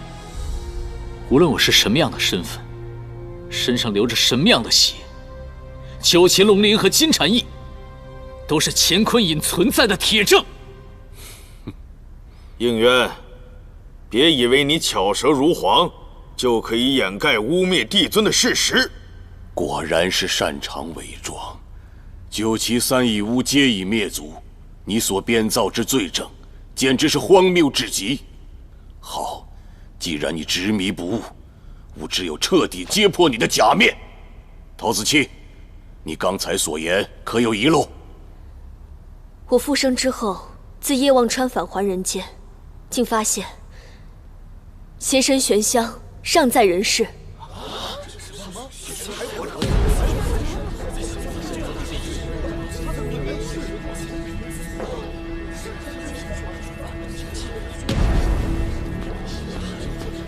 你说什么？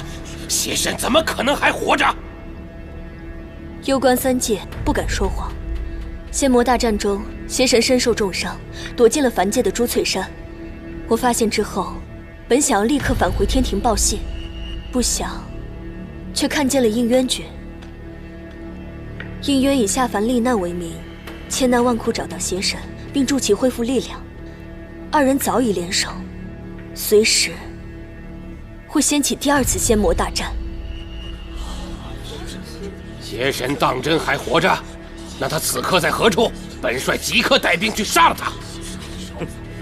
这个问题的答案，恐怕只有应渊君能回答你了。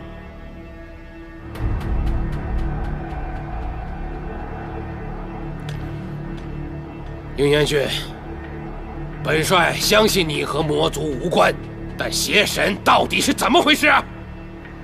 此邪神非彼邪神，挑起大战的人并不是他，而是魔族长老朔华以傀儡术顶替的。颠倒黑白，莫不如是。钟卿，正所谓孤证不立，陶子期所言还有人证。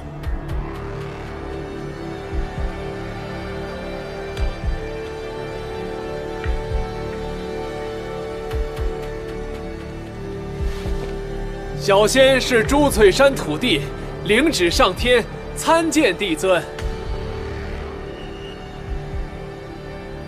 土地，可见过此二人？见过，他二人想方设法想要盗取我朱翠山的县志，且再三向小仙打探仙魔大战跟邪神的细节。小仙不从，他们便威逼小仙呐。藏书阁夜间守卫近日来报，帝君常在深夜无人时出入藏书阁。帝君走后，记载着仙魔大战的珍贵史籍就此消失无踪。我可以作证，近日帝君不是频繁外出，便是和颜旦在偃虚天宫密谋。我还亲眼看到他们行苟且之事。青云，你在说什么呢？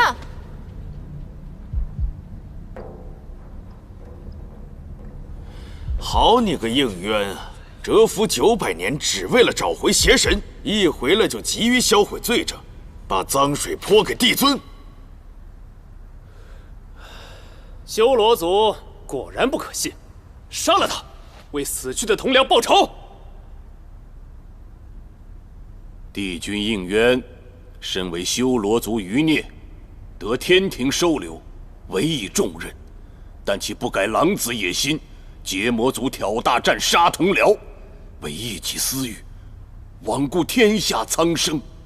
九重天再容不得此人。吾宣布，将应渊押至天刑台，处以怨刃之刑。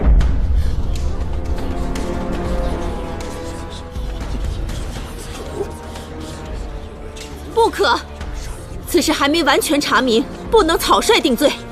我和应渊君共事多年，不管他们怎么说，我是不会相信应渊君会残害同僚的。火德月瑶，证据当前，数度为逆贼辩解，难道你二人是他的同党吗？好了，念你二人被他蒙蔽多年，先革去仙职，闭门思过去吧。哼！若还有谁要为应渊求情，可以与他一起共赴天刑台，受越刃之刑。欲加之罪，何患无辞？今日我便要验个明白。应渊，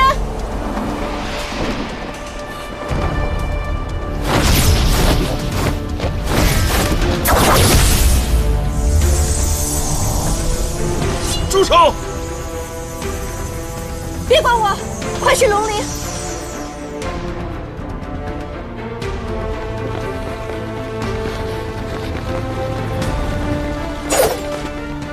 应渊，别管我了，我们邯郸没有那么娇贵。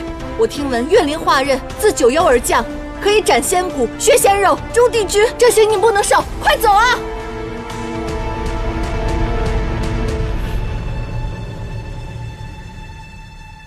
我不能看着他们伤你。应渊，吾已陈10万天兵于凌霄殿外，你无路可逃，束手就擒吧。若你还执迷不悟，屠戮先族，我现在就将你心爱之人处死，以惩你偷天罪行。别管我，走！放心，我们肯定会没事的。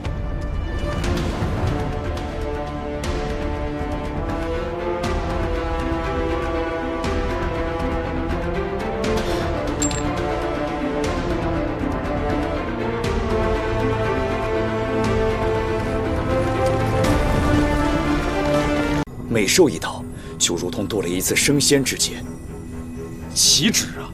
愿刃入体会分而化之，将皮肉筋骨全部切开割碎，内里被碎尸万段，只剩皮囊完整无缺。应渊，只要你肯认罪，和盘托出你是如何与魔族勾结，念在你往日的战功，我可以给你最后一次机会。这话该是我说给你听。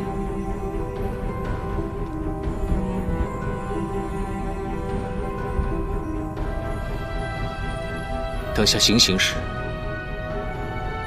你别看，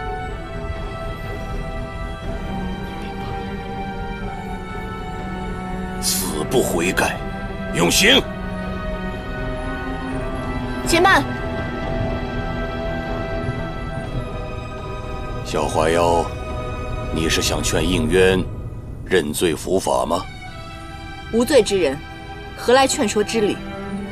他若是蒙冤受刑，女身在此，我又岂能独活于这世间？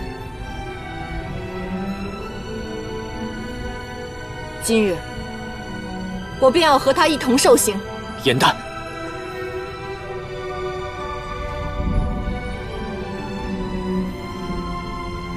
哼哼，真是一对情真意切的璧人呐！好，今日吾就成全你二人。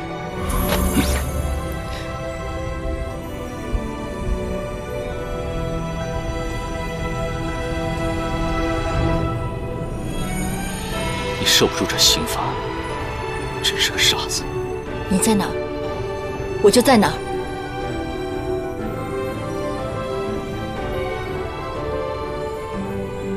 天帝，你为一己私欲，挑起3界大战，罔顾生灵，不配为仙，更不配统领3界。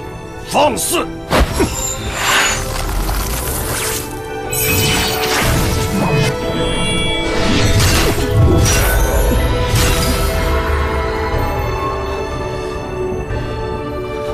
纵今日我二人身死，天道不亡，列作正仙，绝不可任此罪孽滔天之人再颠倒黑白。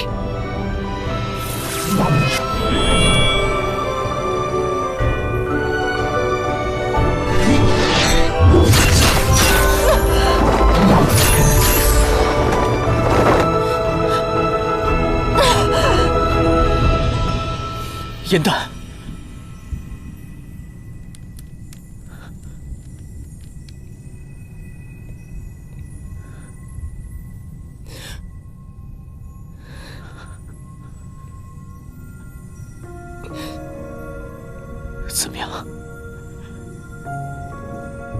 还守得住吗？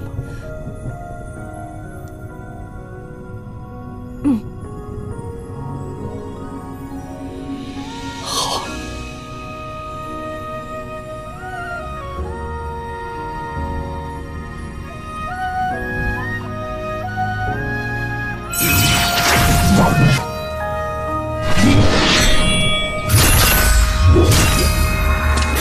翠色的回忆是月落如霜，满地碎木枯黄，会走出一滴泪吞海银浪，执迷于遗忘。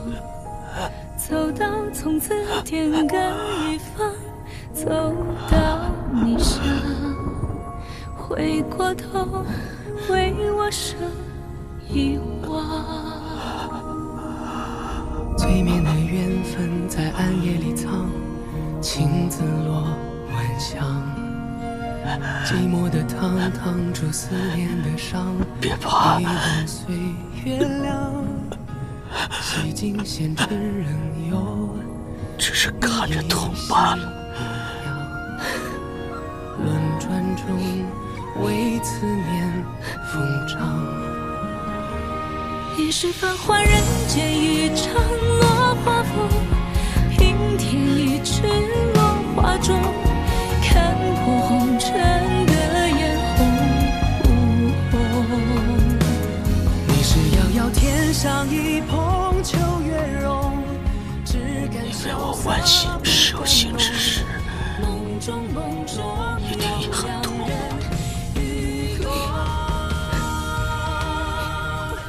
不要哭，不哭。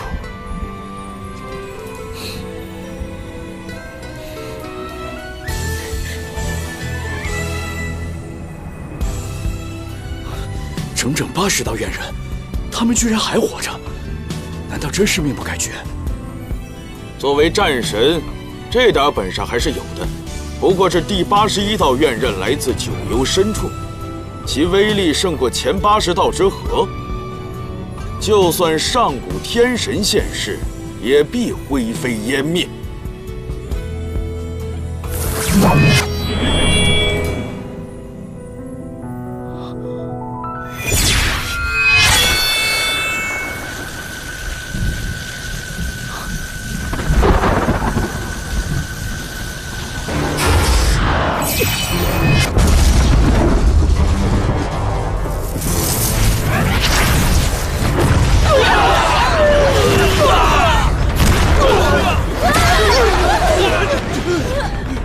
竟然用怨刃击破了天门！走。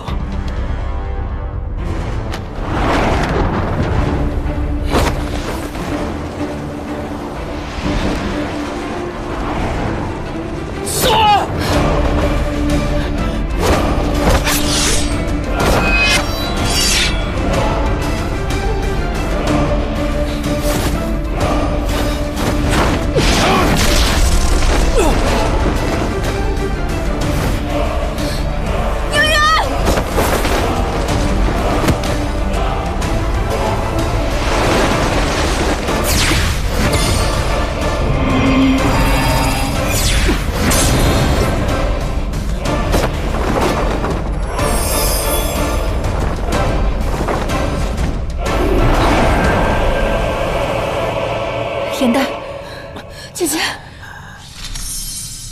这是血藤丹，可助你们调理心脉。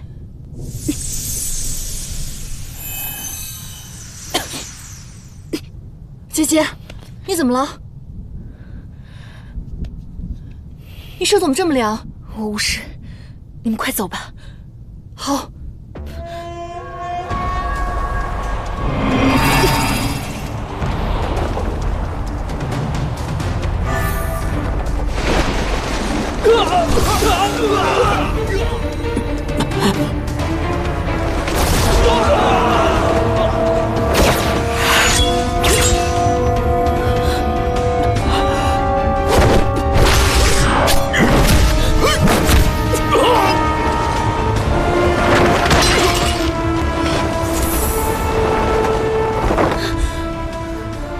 你没事吧？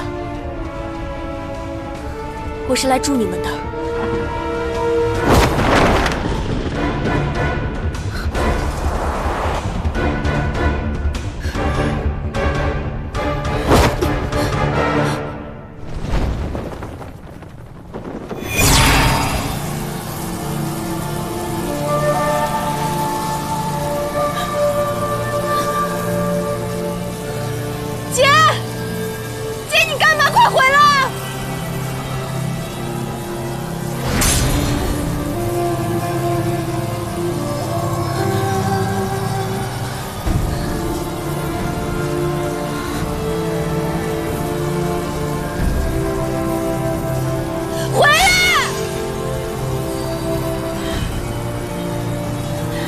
姐，芷溪会永远保护颜淡。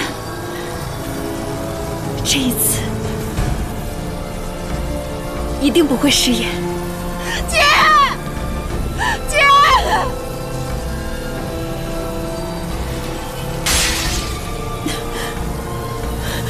姐，你回来呀，姐，姐。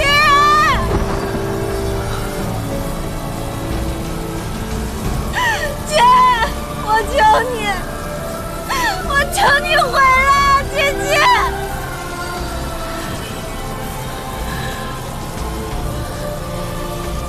姐，回来，姐！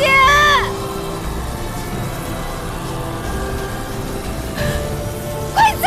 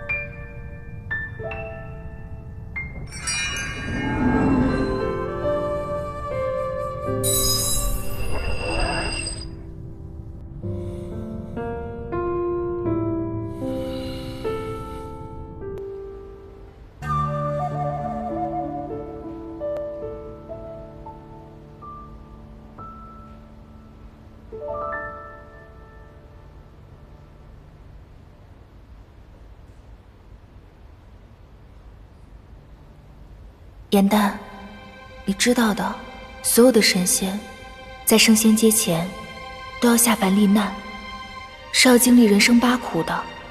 可是我从来都没有离开过九重天，心里是有点害怕的。芷溪，别怕，有我呢。芷溪不怕，因为芷溪要永远保护颜淡。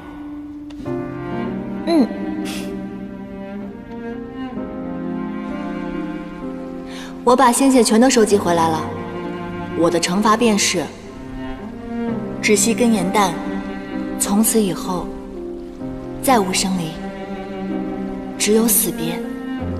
你可愿意还认我这个姐姐？不然呢？那你呢？你曾后悔有过我这个妹妹吗？从未。我们再也不要分开了。芷溪会永远保护颜淡，这一次一定不会食言。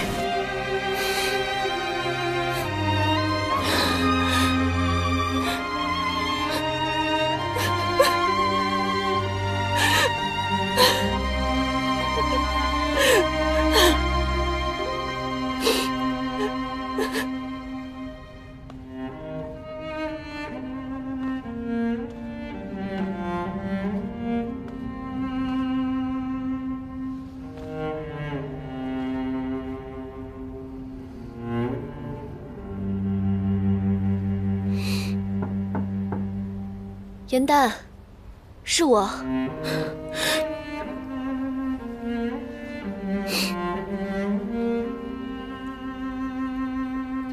进来吧。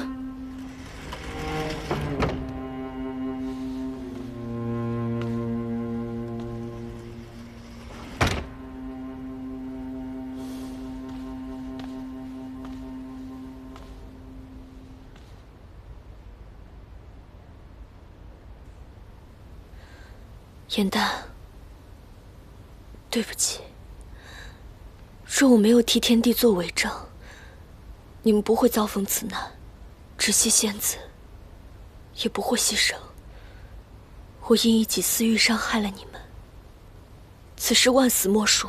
待救出玄香，我便向你们谢罪。就算没有你，天帝也不会放过我们。你为了我们也受了伤，你没事吧？经历这么多，你还这样关心我。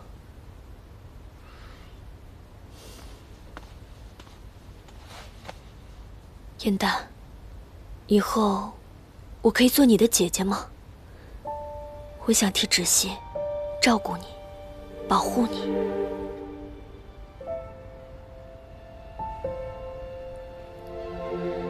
仙魔大战中，我曾亲见，甚至亲历了无数生离死别。世人皆有一死，但在生命逝去的那一刻，感受却是大不相同。其实，能为心爱的人死去，亦是幸事。我认为爱是天长地久的陪伴，是无法割舍的牵念。若能够欣然接受这种幸运，怎么能配称之为爱呢？你说过，只要我帮你，就将我的功绩报上去。为何此番天机阁应试入选的人是你？小小鸟族，与稳固神庙的鲛人族乃一路货色，只配做打扫仙室。尔等卑贱出身，怎比得上我天生人胎的仙族？为我所用，是你的福气。长师同我说过，禽兽小族登不得台面，用作跑腿嘛，倒甚是顺手。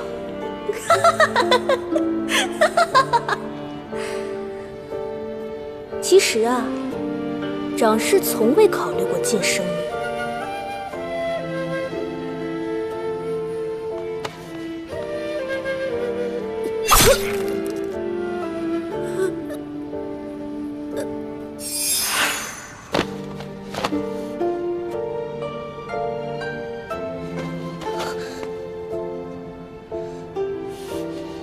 既然被你看到，如何处置？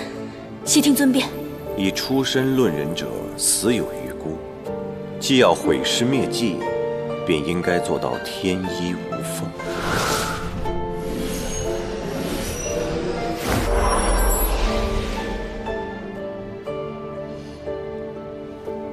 你为什么帮我？因为你很像曾经的我。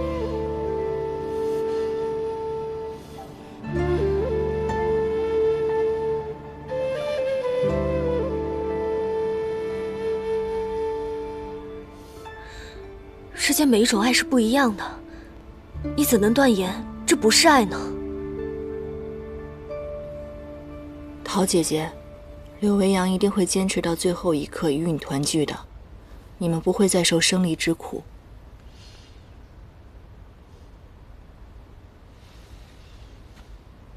其实这几日，我想独自去寻玄香，只因昭兰的阻拦未能成行。他设下的结界，切断了南海与天庭的一切信道。也许是担心我打草惊蛇吧。昭兰这么做也是为了我们好。天帝在外面布了天罗地网，外面很危险。你要记住，只要你好，柳微阳自然也会好。我听闻此结界乃余墨所创，可南海这样大，真的能保证毫无破绽吗？余墨好歹也是个九旗，他设下的结界没有任何问题。如此便好。可久居南海总不是办法。你们接下来有什么打算？我现在没有心思想这些，等余墨醒了以后再说吧。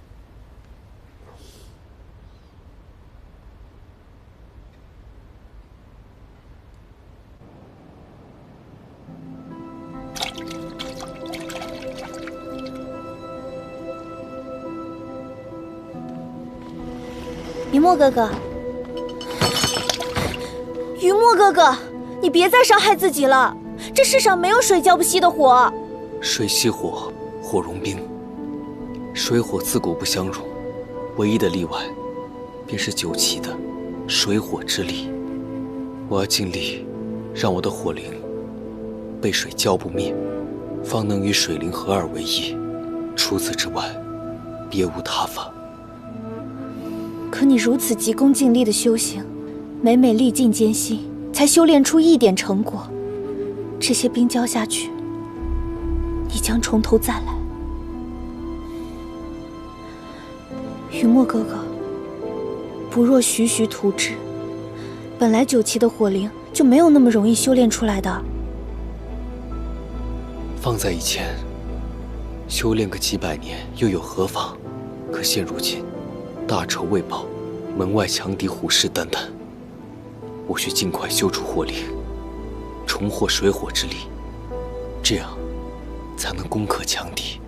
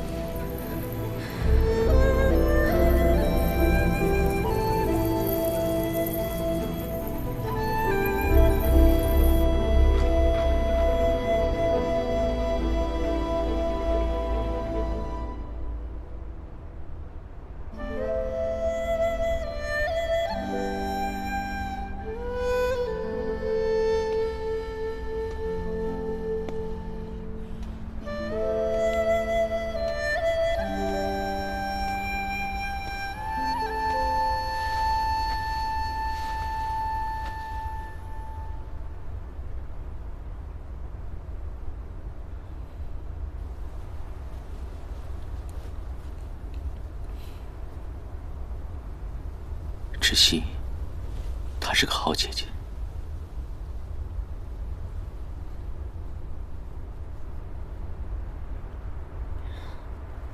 雨墨现在怎么样了？雨墨，她已经好多了，再过几日便可痊愈。你呢？你的伤势可有大碍吗？多亏了芷溪的血藤丹，才让我护住了心脉，所以我才好得这么快。我觉得我自己像个废物，我感觉我什么都做不好。以前在天上的时候，我只是一个小仙士，那个时候想的就是插科打诨，每天靠你跟姐姐的照顾，无忧无虑的，总觉得有朋友、有亲人在身边，便已经知足了。而后来我学会了什么是责任，什么是爱。我每天很努力的在修行，可我发现我依旧什么都做不好。如果没有我，你就不会上天星台，雨墨也不会受伤，姐姐更不会因为我而死。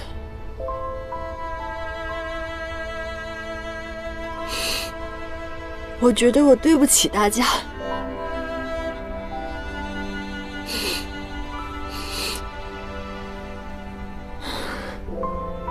小傻瓜，这一切的错都怪我。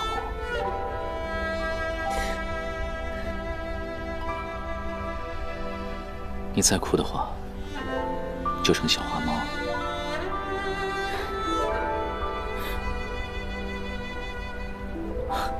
你看，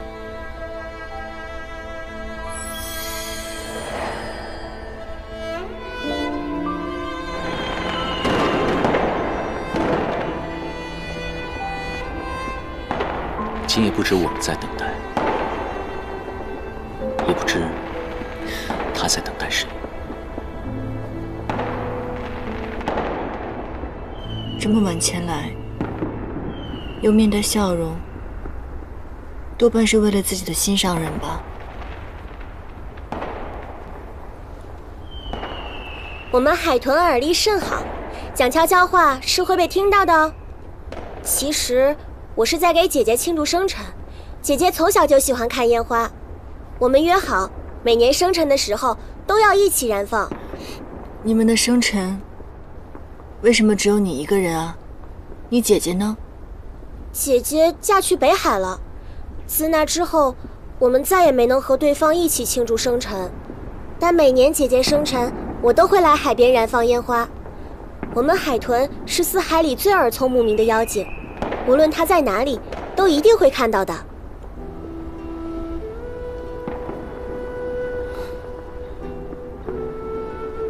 无论在哪，距离有多远，真的能够看到吗？就算眼睛看不到，心也会看到。就是这样，我们是姐妹嘛，就算分隔得再远，心也永远在一起。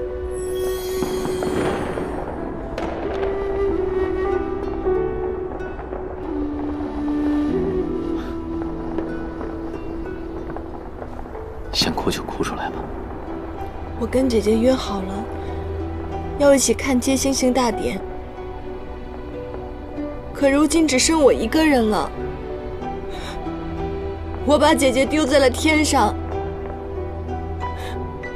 我言而无信了。姐姐一定很怪我吧？姐姐还会回来吗？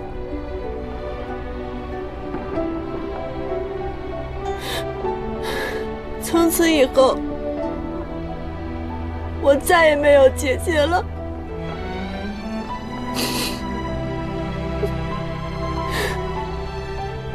你在凡间时看不到窒息，但是他在天上始终牵挂着你，如今也是一样。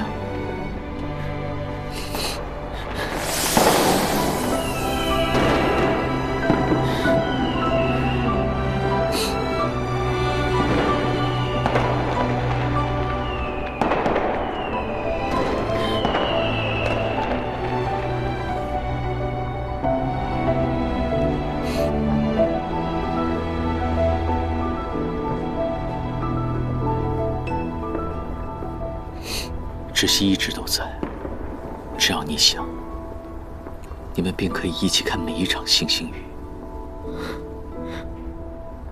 姐姐，是你吗？你也和我在一起看吗？只要你心中记挂着他，他便无处不在。从此星星是他，花海是他，漫天飞雨也都会是他。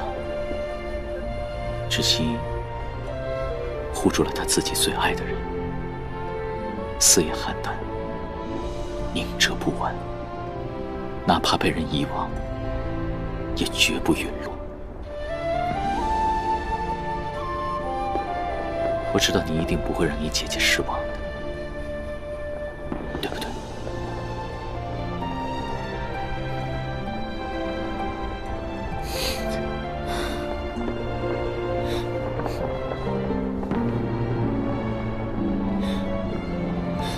姐姐，下辈子我们还要做姐妹，到时候我做姐姐，你做妹妹，我来保护你，让你一生无忧无虑。你放心吧，我会好好替你活下去的，姐姐。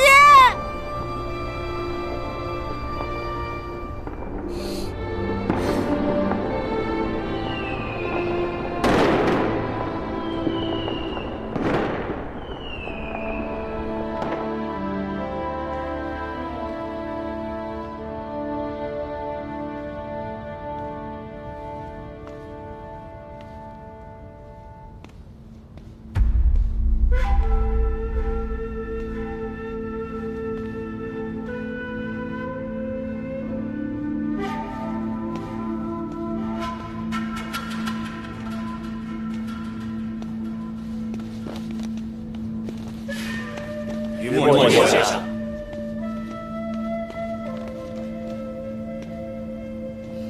龙尊，此为何意？云墨哥哥，九岐一族历来是水族至尊，四海深慕大恩，无以为报。今日，四海龙宫，各位水族长老齐聚此处。我们商议过了，从今往后，无论你做什么，对付谁，甚至整个天庭，四海水族任凭调遣，绝不退缩。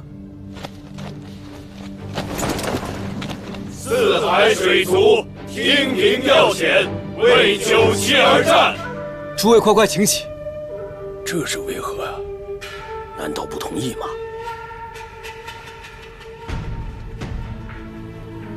赵兰，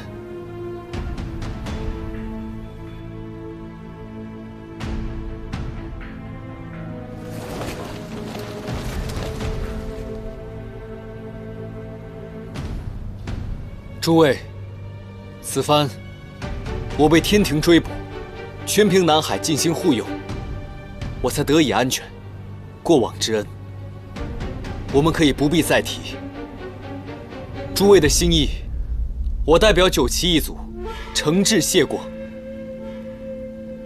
云墨哥哥，接下来我所行之事异常凶险，我不可也不能让水族臣民陷入危险之中。云墨哥哥，这本来就四海水族安存于世，便是我九岐一族最大的心愿。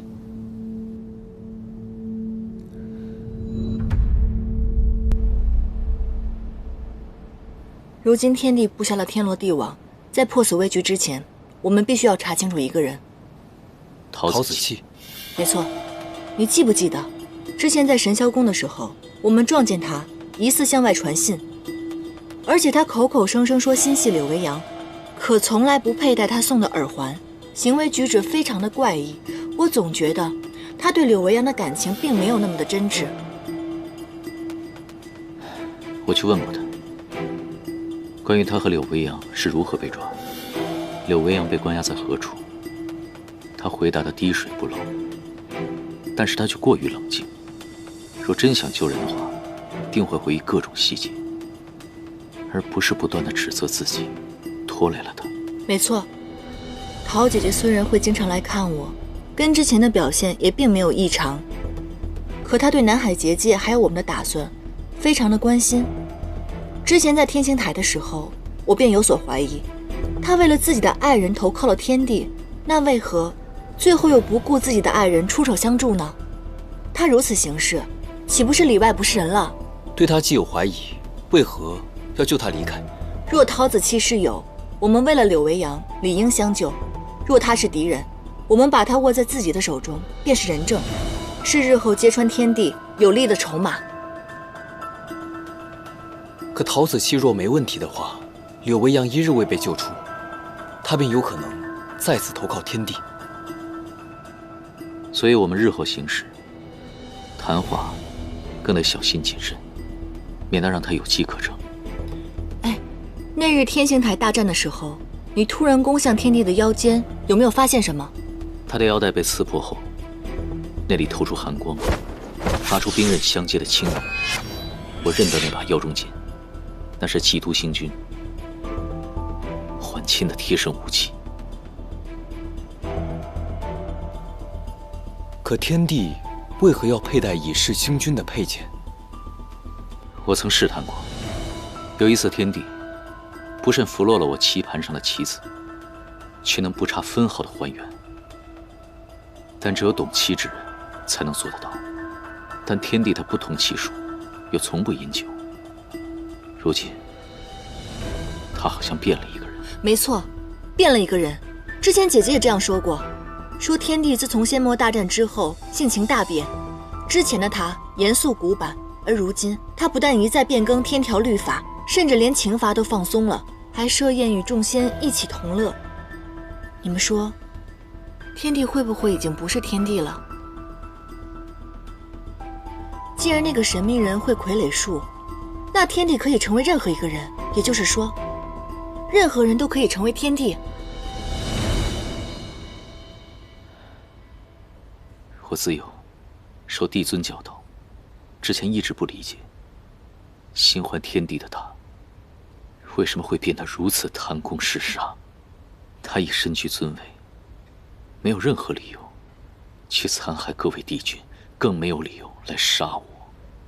如果帝尊是以傀儡术假扮的，就都解释得通了。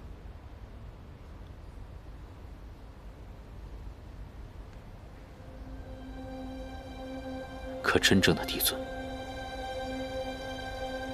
他去了哪里？难道应渊，此人知道九曜的运行规律，并且贴身佩戴腰中剑，还通晓奇术。你不觉得他跟桓清很相似吗？金蝉翼放在步星亭这么多年都没有人发现，有没有可能是他自己放的？桓清已死，我检查过他的心神，而且他的心灵也丢失了。天帝极有可能不是天帝，那仙身也可能不是桓清。我们都知道你跟桓清的感情，我们也都不希望那个人就是他。那日在神关林，